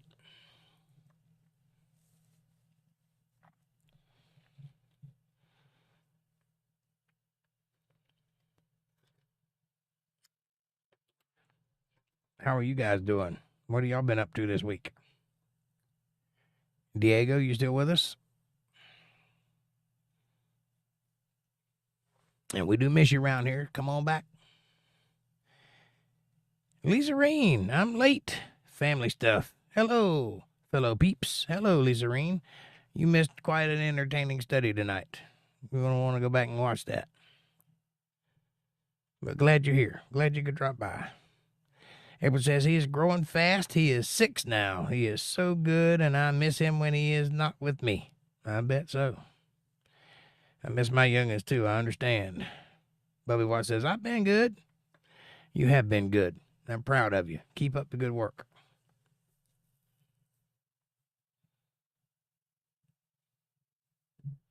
If you can't be good at it. April says, hi, Lisa Reen. Good to see you. I'm glad you're here.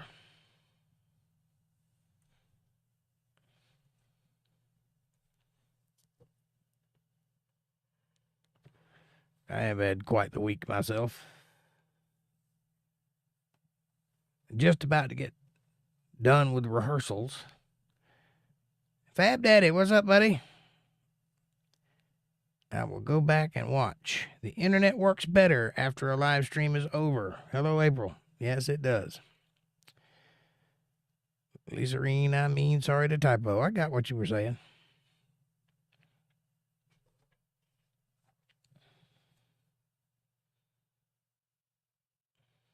Hi, Fab Daddy. Good to see you, love, says April. It is good to see you. How are you doing? You made it just in time to miss the read. But you're here. That's all that matters. It still counts. I really enjoyed this week's studies at Bubby Watts. I'm glad you did. I hated every minute of it. A lot of hard to pronounce words. Makes me sound like a moron. I know what they mean. I just don't know how to say them. I know you have, Fab Daddy. I'm just giving you a hard time.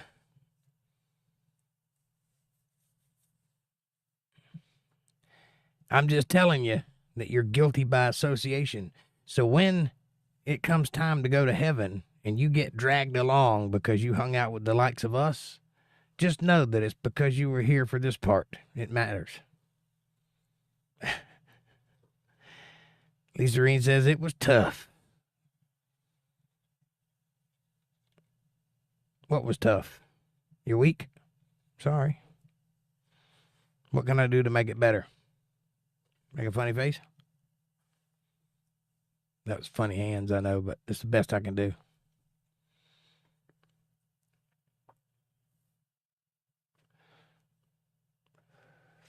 If I try to make any other faces, my teeth might fall out. Oh, the lesson was tough. Oh, okay. Well, yeah, it was tough. Tough read. It's a tough read, but it's worth it. And it gives me some fodder for jokes, too, so that's nice. Might go early. Gonna go for a quick 7-Eleven run. I hear you, Bubby Watts. Nice. What you gonna get at the 7-Eleven?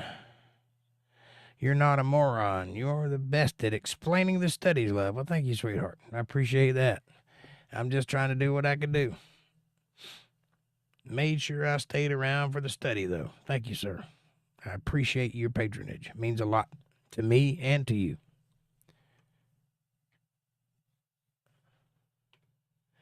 And I'm not a moron, but I sound like one when I'm trying to pronounce those words that have more consonants than vowels. I haven't decided yet, but maybe some chips and a Slim Jim. Sounds good. April says, okay, Bubby Watts, much love. See you on the next one. Pardon me. I'm a little under the weather today. Must be all the rain. I don't know. Are those fires still going on in Canada? It might be bad air.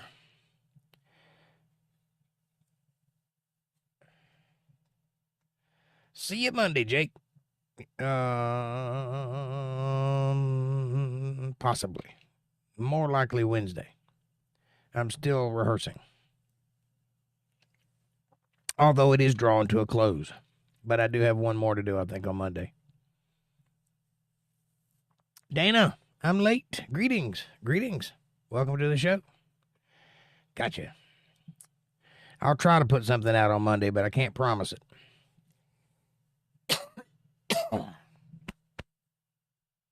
I got a frog in my throat. His name is Kermit. Lisa Ream says, Bubby Watts, that was my question. Whether or not I'd be here Monday. Well, that's the answer. I'm still in rehearsal phase, but I got one more to do and I'll be done. So, back to Mondays after that. All righty. See you Monday or Wednesday. Thank you, Bubby Watts. I appreciate you. God bless you, too. And be safe out there.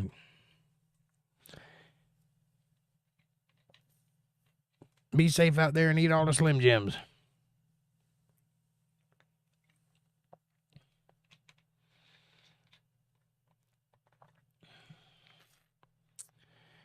Down, down, down, I'm going down. Won't be long. I'll be hitting the bed myself. Because though I do not have to work tomorrow, I do have to get up early and do something about them cabinets out there before the rain gets to them. I got a whole stack of cabinets. Nothing to do with them. Nowhere to put them. Except under a carport. I got to get out there and decide which ones I want to use and which ones I want to burn and get it done. Fruitless labor.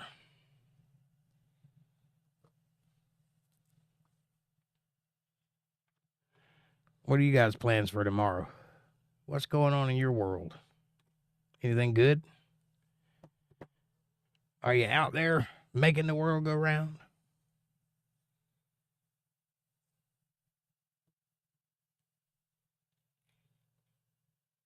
Not very talkative tonight, are you?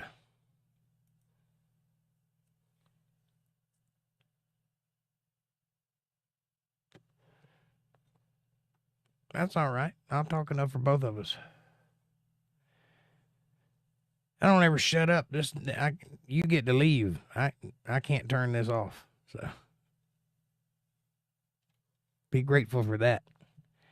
10 hours at work. Ugh, that's a pain. That's the plan. I got you. 10 hours a day or 10 hours period? 10 hours period ain't that hard. 10 hours a day is rough. I had a job for most of my 20s.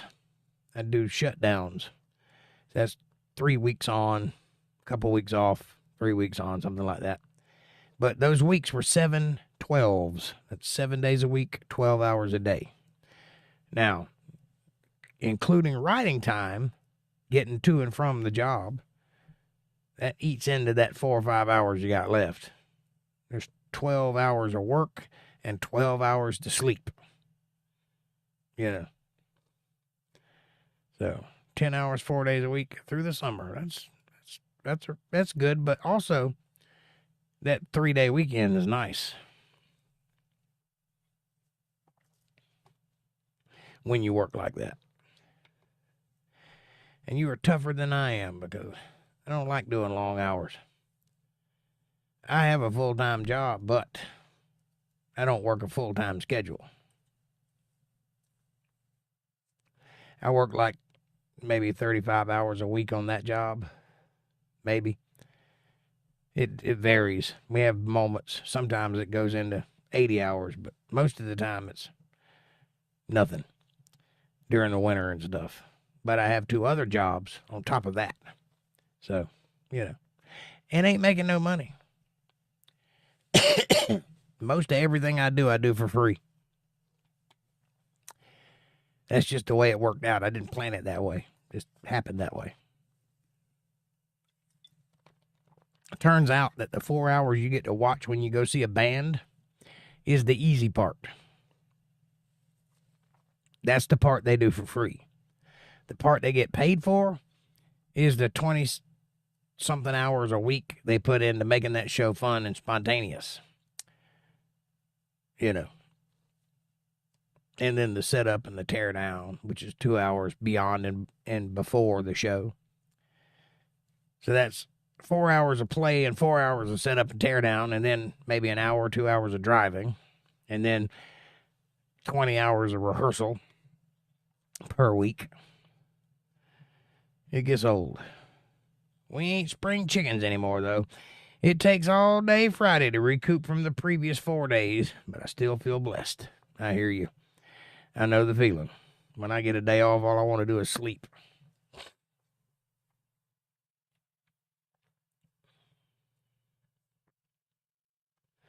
So there's that, and then there's the podcast, and sometimes I make money on the podcast, but not recently. And it's enough to keep going, though, so that's all that matters. I didn't really do it for the money in the first place. I did it because it needed to be done. The money is just a perk, and I never ask for $1. I just ask that if anybody has it, that they contribute, and sometimes they do. And that's beautiful. And that's between you and God.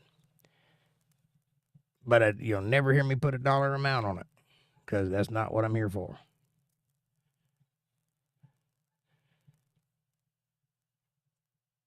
But the good news is I'm starting to grow over on Rumble. Oddly enough.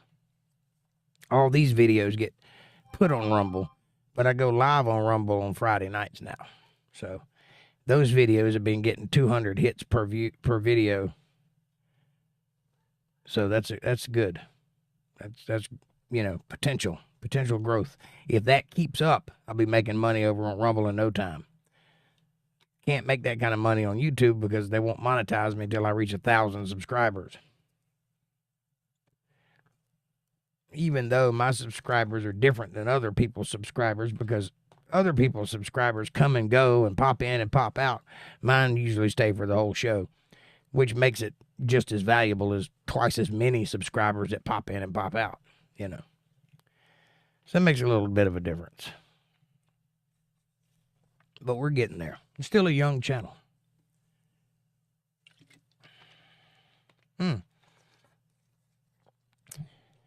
Yeah, if you'll tell me how to do that. Can you please highlight your PayPal in blue in your description box? ? I don't know how to deal with just plain text. Blue highlight activates by a click. You say turn it into a link. Can't you type in a link? Because the link is paypal.me/jakejohnsonband. Or you can download, if you're using a phone, you can download the CashApp app and do it that way. And that's just $ Jake Johnson Band. And you can type that in. I don't know how to make it a link. I'll look into it, though. I'll see if I can't figure it out. But if you have a phone, just type into your search bar, paypal.me/jakejohnsonband, and click search, and it'll be the first one that pops up. Just click that, and there it is. I'm pretty sure that's how it works. Let's try it. I have a phone right here. Let's see. Google search. We'll type it in.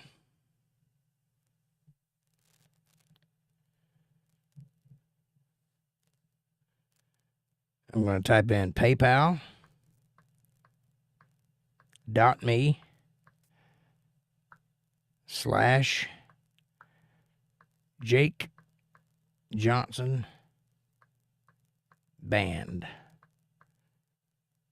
Enter.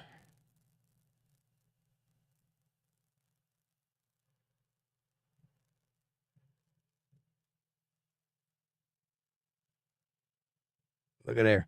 It took me right to it. It didn't even give me a list of things to do. It just came up. And all you got to do is type in. Oh, well, you wouldn't have to. For me, I have to log in. Still needs done. I'll look into it. The teachings. I am here for it. I cannot watch Rumble unless I am not at home. So I listen while working when I can. Well, thank you, Lisa Reen. I appreciate that. Yeah, I will look into how that works. I don't know. I'm not exactly sure how to turn a YouTube text description into a link. There's got to be a way to do it. And if there is, I'll figure it out. They don't give you that option, though, when you're filling out the description. Or at least I haven't noticed it. I'll go back and check it out tonight and see if I can figure it out. But if you have a phone, just type it into the search engine, paypal.me/Jake Johnson Band. Here it is. I'll give it to you. Write this down.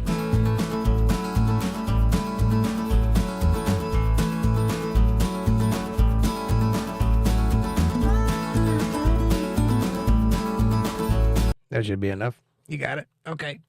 Thank you very much for your thoughts, Dana. And thank you if you decide to contribute. I appreciate that, and I'll put it to good use.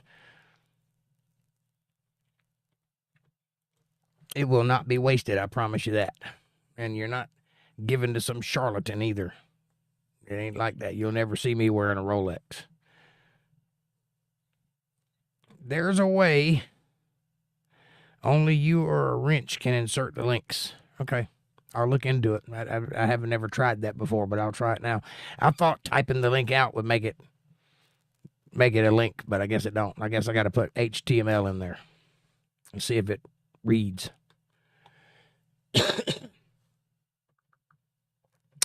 Either way, I'll figure it out tonight and make it happen. There used to be links in there, I thought. Like down below where I was using stream elements for selling t-shirts and stuff. Thought those were links. I guess not. I will check it out, though. Thank you for pointing that out, Dana. I didn't realize that it wasn't clickable.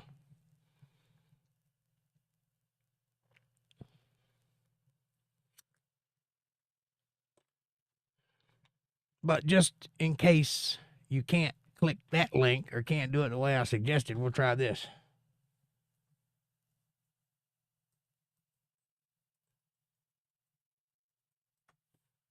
See if you can click that.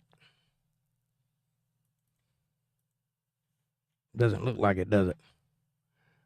Let me try it the other way.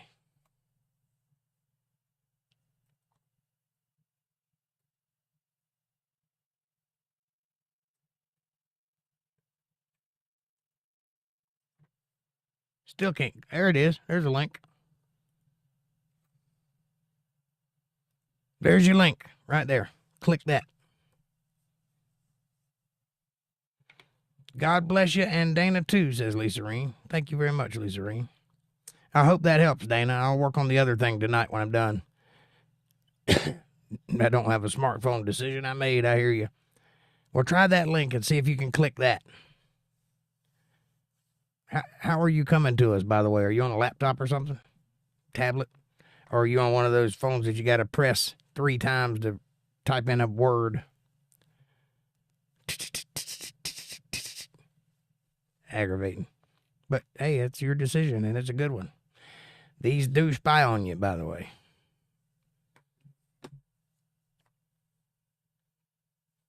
You got it, says Lisa Reen. Well, God bless you too, honey, and I thank you very much for being here. And I hope that you enjoy the show when you get a chance to watch it. It is a bit of a slog, but like I said, these things are important if that's the study you want to go down. If it isn't, if you don't care, if it's good enough for you to just know the outcome, then you don't need to know those things that we're reading about. Because they're just history. It's just history, you know. It's just who did what and who went where and how much they got and what families were involved and all that stuff. But if you're one of the people like me who are trying to literally understand, to get in your head everything that's going on in the Bible and see if it all lines up, then knowing where everybody's at's important. And knowing who everybody is and who came from who and whose children are involved in such and such. And, you know, all that stuff matters if you're doing that kind of study. It's not necessary, though. It's not a salvation issue. For that, all you need is Matthew, Mark, Luke, and John. A little bit of Revelations. April says, yes, welcome, Dana. Thank you, April. I am sure I will. I just want to work through the entire Bible with understanding. Well, you stick around. That's what we're doing. And you can watch all my previous videos. I've got the whole Bible there. You can go through it. Or you can go through it with me this time around. However you see fit. It's already been done. We're doing it again, this time more in depth. If you want real clarity, though. I mean, if you want to see how it all really lays out. Go back a few months and find my Genesis 1:1 the second time around. Not the first one, the second one. And it's titled Genesis 1:1. And watch that video. because in that video I break it down and show pictures to prove what I'm saying. And you'll learn something there. Let me look, Dana. I appreciate that.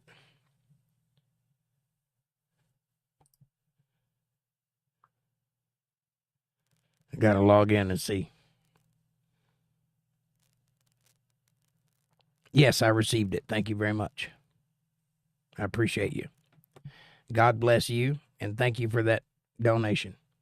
And I promise you, it'll go to either my belly or my electricity or something like that. Or someone else's. Because if I don't need anything, I look to help other people. God bless you all. Much love, says April. Lisa Reen said, did you see the one with where I broke down the first sentence of the Bible? You saw that one? Good.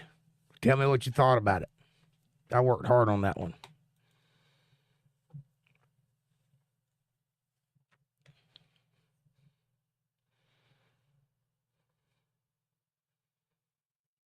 I need to put that one as the commercial that's on the front page. I think I got something else up there right now, John something or other, but that one's important. Everybody needs to see that one. Because that sets the scene for the rest of the Bible. Because if it's true, I mean, think about it. These books were written by no less than 66 different authors. May have been 50. I think some guys wrote 4 or 5 books. Paul wrote several of the letters. John wrote a couple of books, but at least 60 authors, right? There's 66 books in the Bible, written over a period of 4,000 years. They started back with Moses, and they kept going. Well, Moses wrote most of the first 5 books of the Bible. Some people think that Adam wrote the first part of the first book of the Bible. I don't know. But Moses either edited it or wrote it, for sure. If the Bible is true, then there should be a through line through all of those books, because none of those people knew each other. Paul never met Moses. Didn't know Moses existed, probably, unless he read the Bible. See my point? The guy that wrote Revelations did not know the guy that wrote Genesis. They were not in the same time period. All these scrolls were later compiled into the Bible that we have today, the Textus Receptus. But there's a through line through all the books, and all of the books refer back to the other books. And in the last book, God says this peculiar thing. He says, without any irony whatsoever, as a matter of fact, as a rattlesnake, he says, I told the end from the beginning. What? Is that true? Then if you go back to the middle of the book where John is, a little past the middle, John 1:1 says, in the beginning was the Word. The Word was with God, and the Word was God.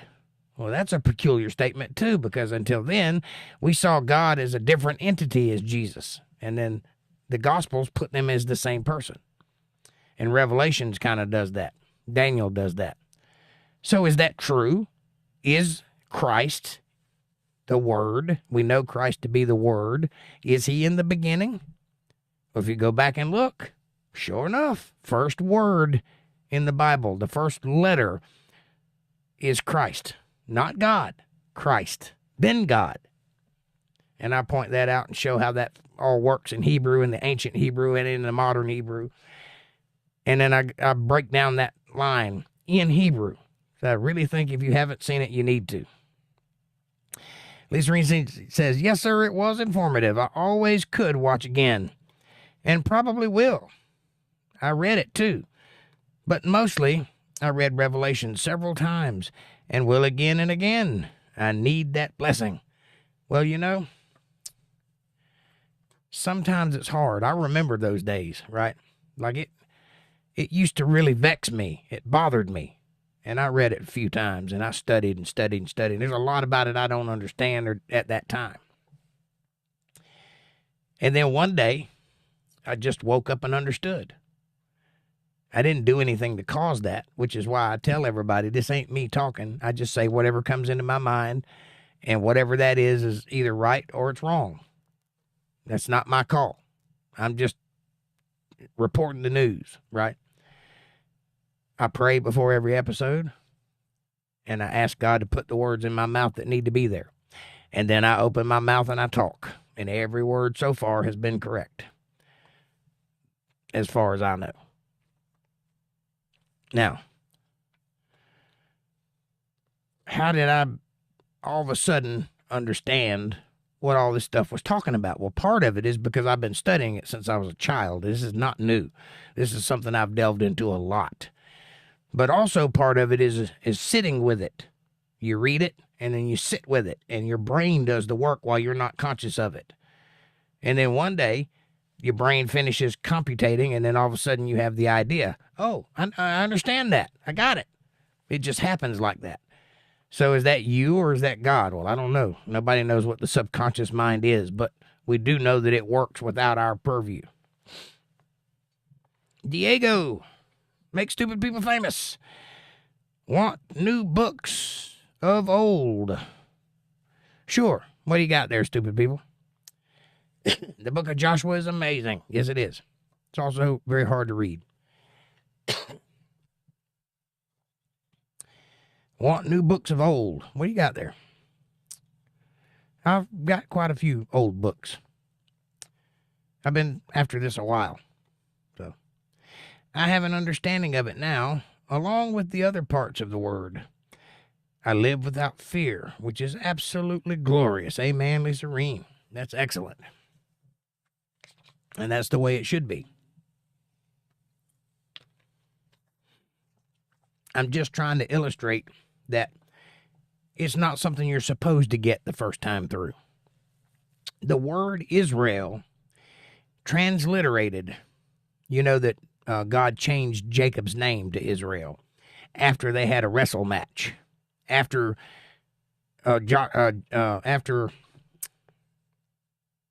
Jacob grabbed a hold to him and wouldn't let go without a blessing.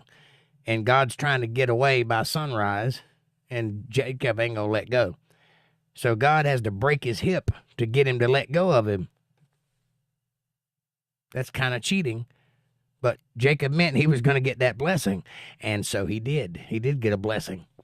But at that moment, his stubbornness, God changed his name to Israel, which transliterated means to wrestle with God. So basically, that's the point. If you're not struggling with it, you're not doing it right. You have to struggle with it. You have to think about it. You have to ponder on it. You have to question it. You have to delve in and look at the angles. If you're doing that, you're Christianing right. Otherwise, you're not. Sacred Word Publishing is constantly publishing the newest of the new man. They're on it. Are they now?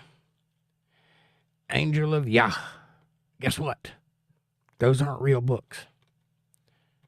Especially if you're a fan of ancient warfare. The Bible has plenty of it. Yes, it does.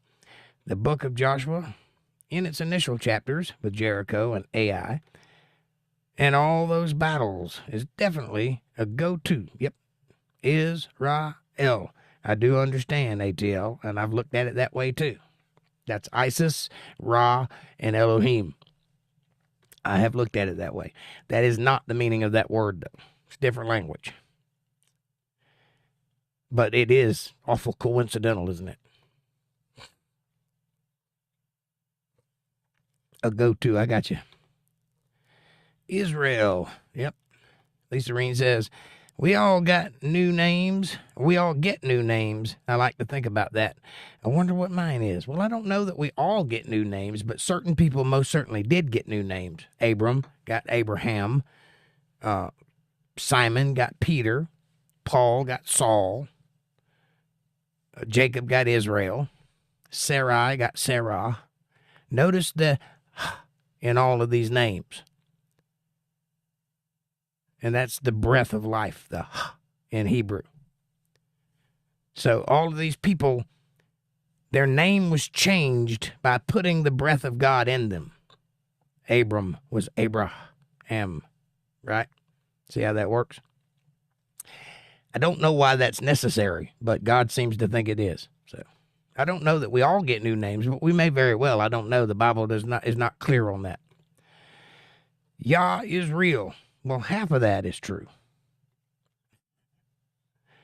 ATL Transparency says, Codex. Which one? I'm in the ranch. Are you? Ranch or ranch?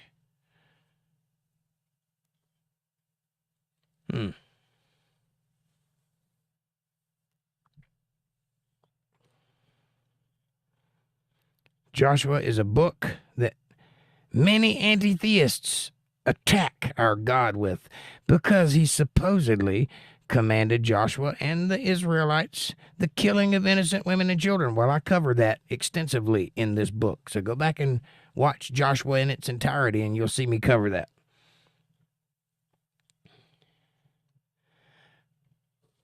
Books are very Christian. Sure. I agree. Unless they're not.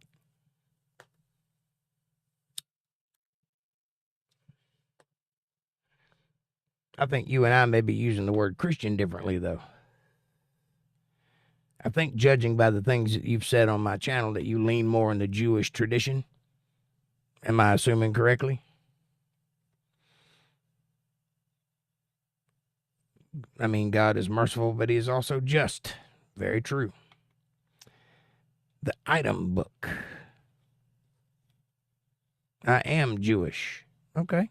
So it's fair to say that you lean in the Jewish tradition then, correct? Well, your idea of a Christian and mine may not be the same thing. So for clarity's sake, when I use the word Christian, I mean person who follows Christ Jesus. No other thing. I don't mean any denomination. I don't mean any trappings. I don't mean any rituals. I mean person who follows the word of Christ. That's what a Christian is, a Christ man, which originally was intended as an insult, but we conscripted it and used it for ourselves. By we, I mean they, because I wasn't there. I'm back, says Bubby Watts. Did you get your Slim Jim? Almost time for the hour, though. Yep, 1 minute. Not a very good one. You're not a very good Jew? Are you Jew or are you Jewish? Because there's a difference. Only you would know that. I wouldn't know.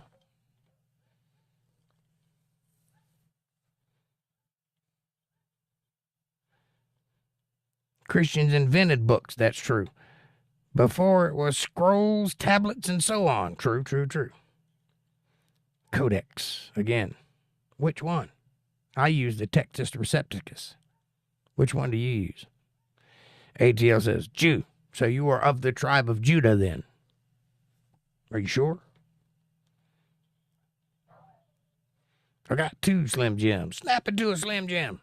I wish I had a Slim Jim.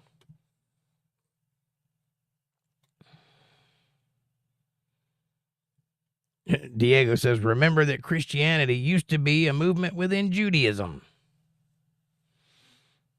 I guess you could see it that way. That's not exactly the case because Christ was not a Christian.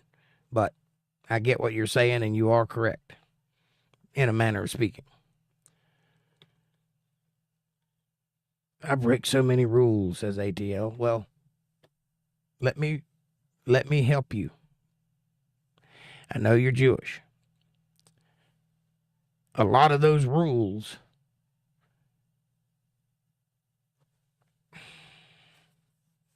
there are, for the Jewish people of the tribes, there are more rules than there are for everybody else. And you probably should keep those.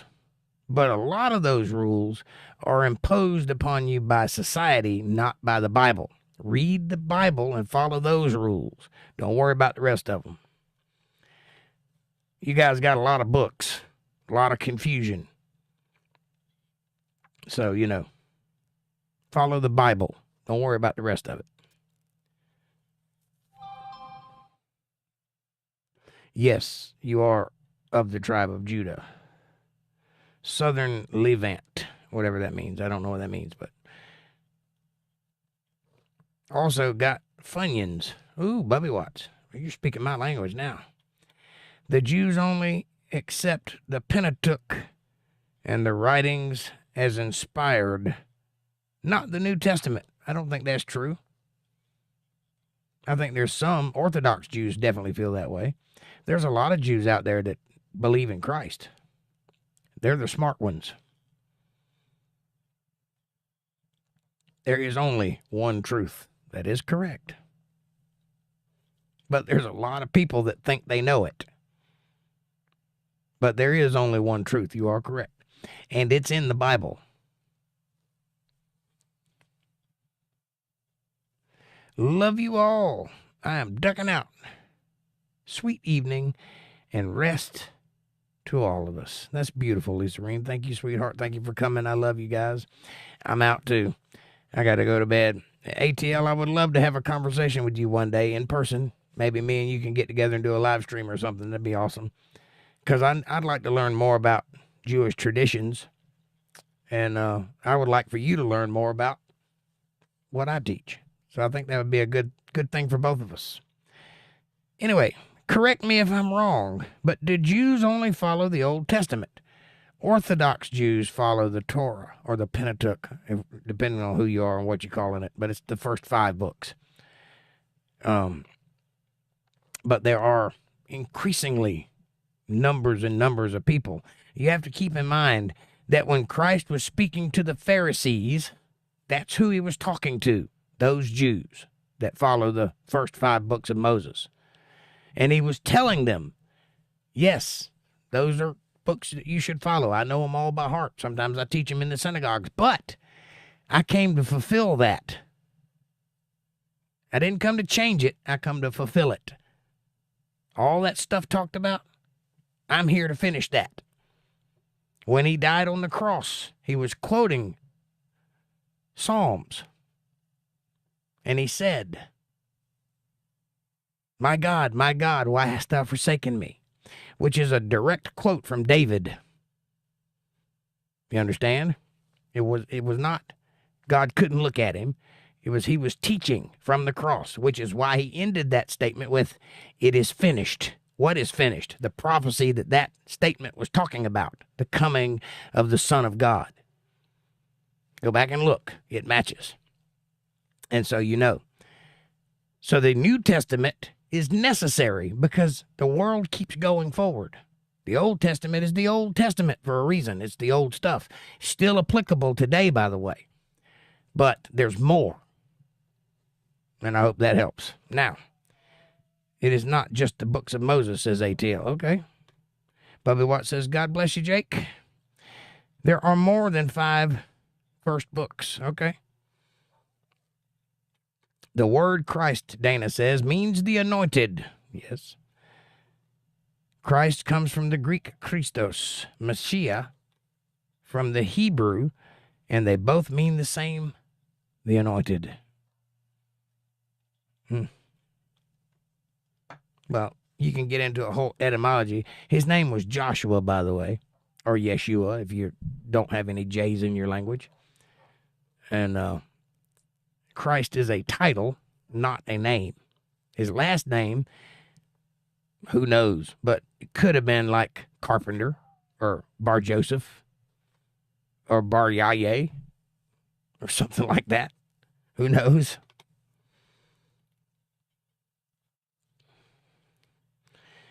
It's not old. It's not. MBTV says, I could never understood why Jews were so hated by some groups. What's the deal? Rhetorical. Hardly the time to get into that. Well, I can make it short and sweet for you. The Jewish people have been kicked out of 149 countries. There's a reason for that. When the Holocaust happened, they don't like talking about this. Before that, they were all sent over here on cruise ships, and our president turned them away and sent them back. Then the Holocaust happened. Hmm? Am I wrong, ATL? Remember, says Diego, 10 of those tribes in the northern kingdoms of Israel were taken out during the Assyrian exile. Only 2 tribes in the southern kingdom of Judah survived. I didn't read that part in the Bible.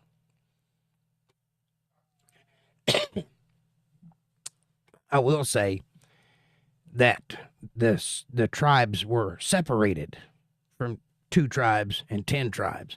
You have the 2 tribes in Jerusalem and the 10 tribes in the other place.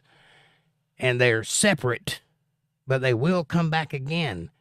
Now, how can all 12 tribes be reunited if they were killed off entirely?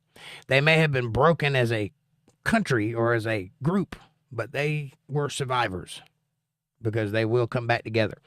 And that happened in 1948, by the way. So they existed at least that long. The truth is hard to swallow. Yes, it is. Smoking Auditor, what's up, buddy?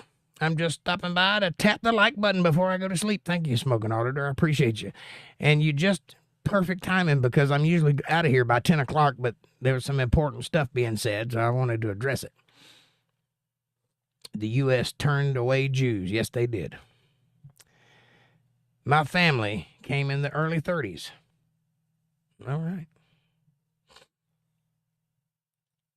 Yeah, there was a bunch of cruise ships that were sent over here from Germany that they wouldn't accept. They turned them away. They didn't want to deal with it. And then the atrocity happened. So, had we accepted them, maybe that wouldn't have happened. I don't know. Or maybe it wouldn't have been as severe. I don't know. But it did happen. So we've got that for history now. And there's a reason for that. Do you know what the reason is? I know what the reason is, but it may be insensitive. And I don't want to be that. The book of Joshua, like the rest of the Old Testament, was written in Hebrew. It was, I believe, translated into Greek in the 3rd century BC. I believe in the famous translation of the Septuagint. Well, you probably shouldn't because the Septuagint is full of inaccuracies. Septuagint is not good. It's not a good translation. If you want to study a translation, study the translation that came from Antioch, which is the Textus Recepticus. The Septuagint comes from the Library of Alexandria, and they don't believe in God. They just put stuff together because they had stuff to put together, which is why there's so many inaccuracies in it. Blazing sunset here, still above the far mountains, so everything's just glowing gold, yellow and green, says MBTV. That's beautiful. Jesus spoke Aramaic. Did he? I would imagine he spoke Greek, since he lived in a Greek-dominated area. Or possibly even Roman. Or maybe all 3.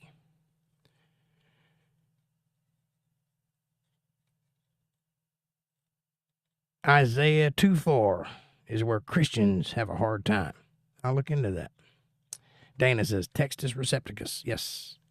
Or Receptus. I have false teeth. Forgive me.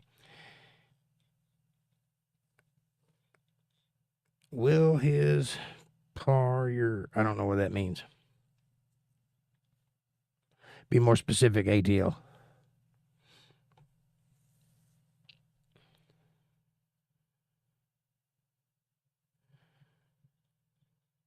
Yeah, I think Jesus probably spoke Aramaic. Or he definitely did when he was teaching anyway, for dramatic effect. There is some scriptures that lead you to think he was probably educated in more than one language because he lived for a while in Egypt, and he lived for a while in Bethlehem, and he lived for a while in Jerusalem, and he traveled a lot. So who knows? But I think probably a lot of what he said was written in Aramaic. I don't know if he spoke Aramaic or not, but he probably did. Oh, Jesus' parents came from Ur. Okay. Well, I don't know if that's true or not. because I haven't looked into it, because there's some discrepancy as to who Jesus's parents are. And I assume you mean grandparents, because Mary and Joseph both lived in Bethlehem when he was born. So some people think that Mary's mother was Maria and Mary's father was Heli. Some people think Joseph's father was Heli. There is no clear definition on this. I like to think that one of the two things are true, because that would make Jesus royalty, because they are of the tribe of Judah, which is the king line, Heli being the king of that tribe at that time.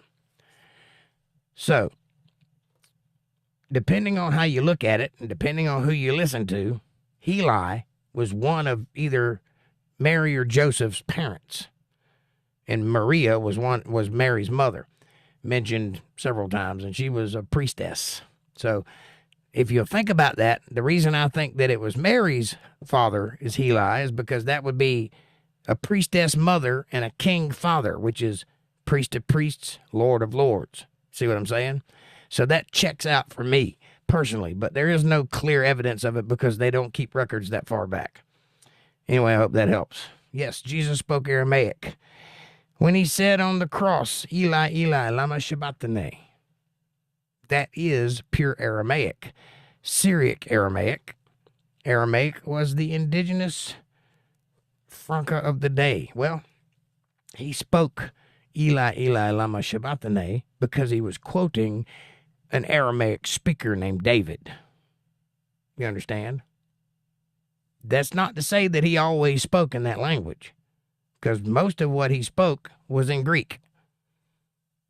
The New Testament is translated in Greek. So I'm not saying he didn't speak in that language. I'm just saying that on the cross, he spoke in that language because he was quoting from David from Psalms, not something that was coming out of his heart, something that was being said for effect, for the people listening. Did you ever see The Passion of the Christ? Yes, I did. I thought they did that as close to ancient Aramaic as they could. They did, and it was a very good movie. Some things in it were not exactly biblical, though, but it's Hollywood. What do you expect? But they did a very good job, and it was a very good movie. The city of says ATL. Okay. Ever heard of the general, the Panther in Rome?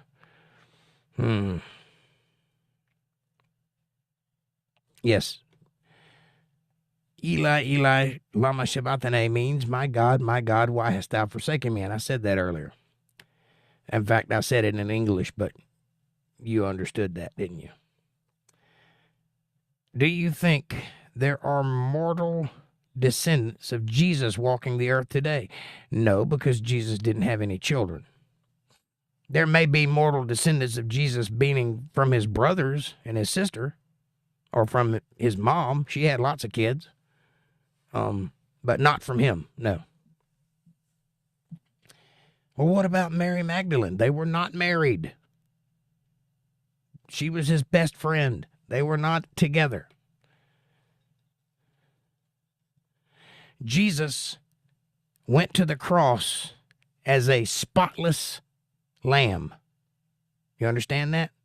No blemishes, no sin, none whatsoever.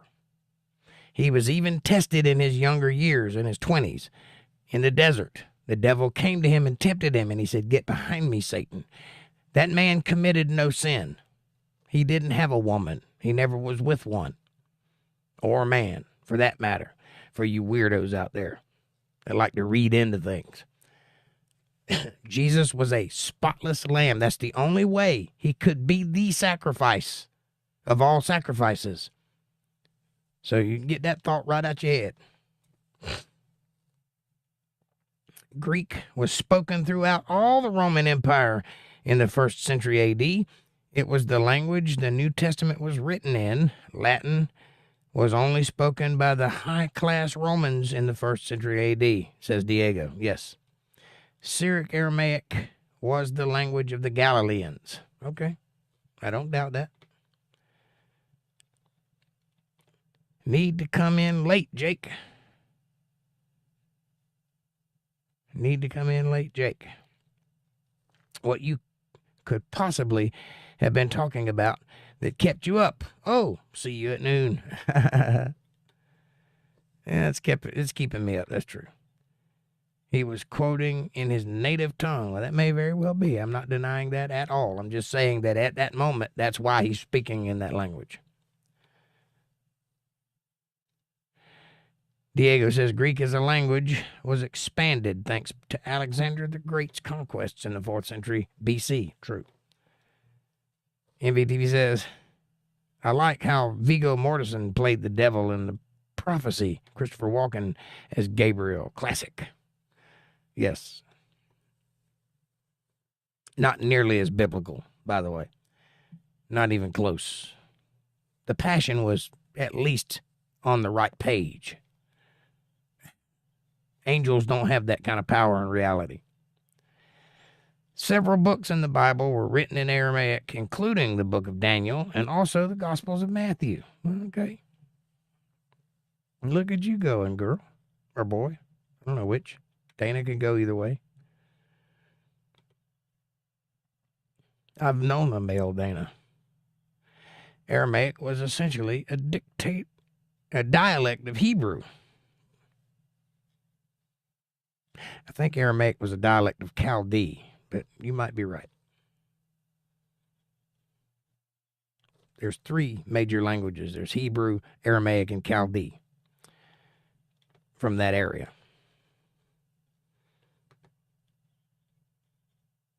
I refuse to have talking monkeys take his love from me.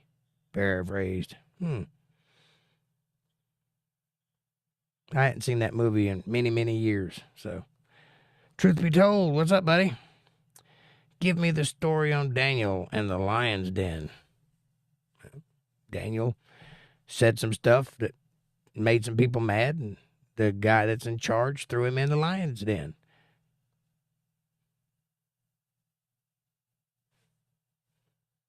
And the lions didn't eat him.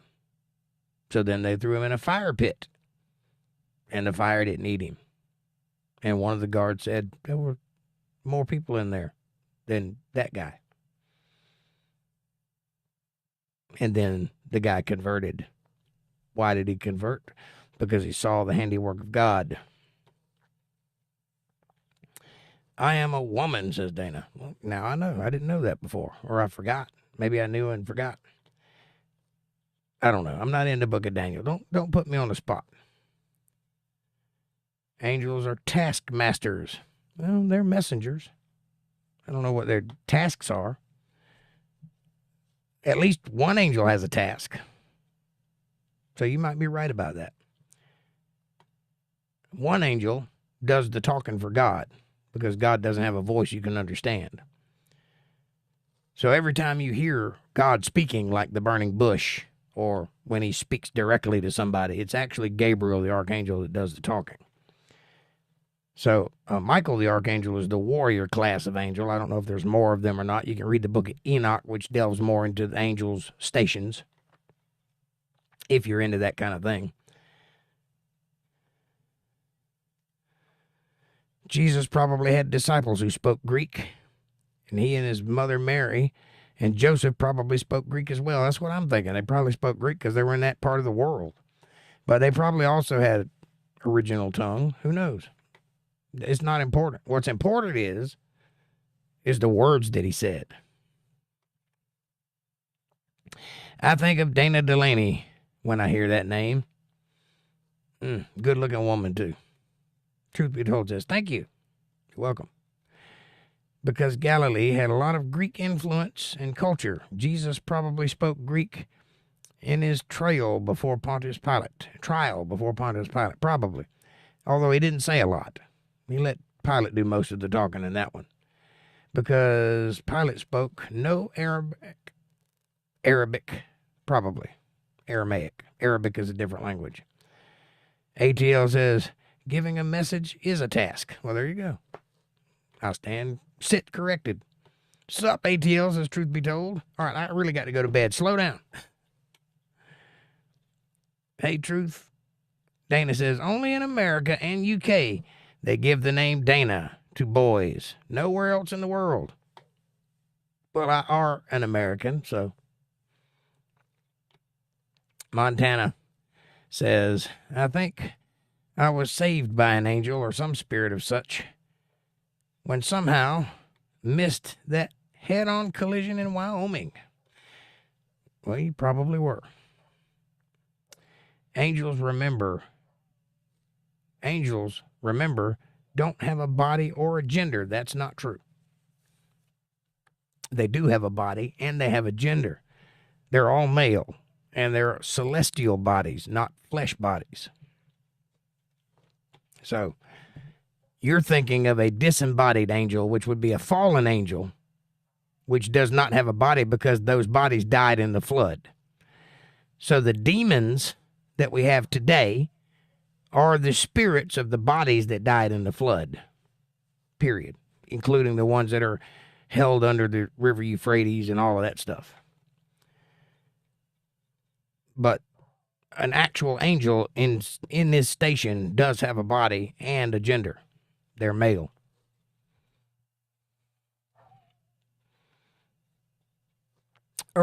Was a major metropolitan city of Mesopotamia. They spoke most languages there, says ATL. Montana says, I had an HD dash cam running the whole trip. After realizing I somehow survived, I thought of that camera, but then a voice, without words, told me to never look at the footage. Scary. So just rolled home. I let it record over and only regretted it for a minute. Would have been incredible content, but that warning was clear. Well, sometimes you just got to let things roll the way they roll. Only you know if you spoke to an angel or not.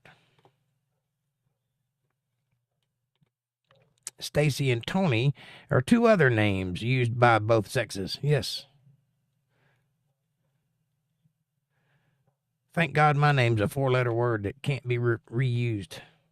I cannot think of one female angel. That's because they don't exist. They're all male. Latin was the language of Jerome, translated the scriptures in the 4th century AD. Yep. And that's also a bad translation, the Latin Vulgate. Watch out for that. Be careful of it. It's fair, but be careful of it. You want to stick with the ones that came from Antioch. Those are the most clear line from the writers to the translation. And they were very carefully and meticulously went over 50 times each. There were 50 scholars. They each received a portion of the Bible. They translated it and then passed it to the next guy, and he translated it and then passed it to the next guy. The whole Bible. It is the best translation we have, the King James Bible, from the Textus Receptus. Don't look at the other translations. They will confuse your brain.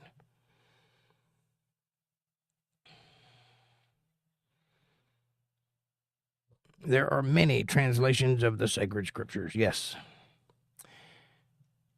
Interestingly enough, the Kenites, who are descendants of Cain, are the people who became scribes who wrote this stuff down. Does that tell you anything? Be careful where you get your information is all I'm saying. Truth Be Told says, good night, ATL Transparency. Much respect, brother. All right, that's my cue. I'm out of here. I love you guys. Thank you so much for being here and keeping the chat popping and being so interesting and intriguing and saying so many interesting things. That's fantastic. I love each and every one of you, and I'll catch you on the next one. Be sure to go to rumble.com/UntetheredLive if you haven't done so already, and hit that follow button and help me build what's going on over there, which is fantastic. Check it out. Have a great night. I love you. God bless you. Peace be with you all, and thanks for watching.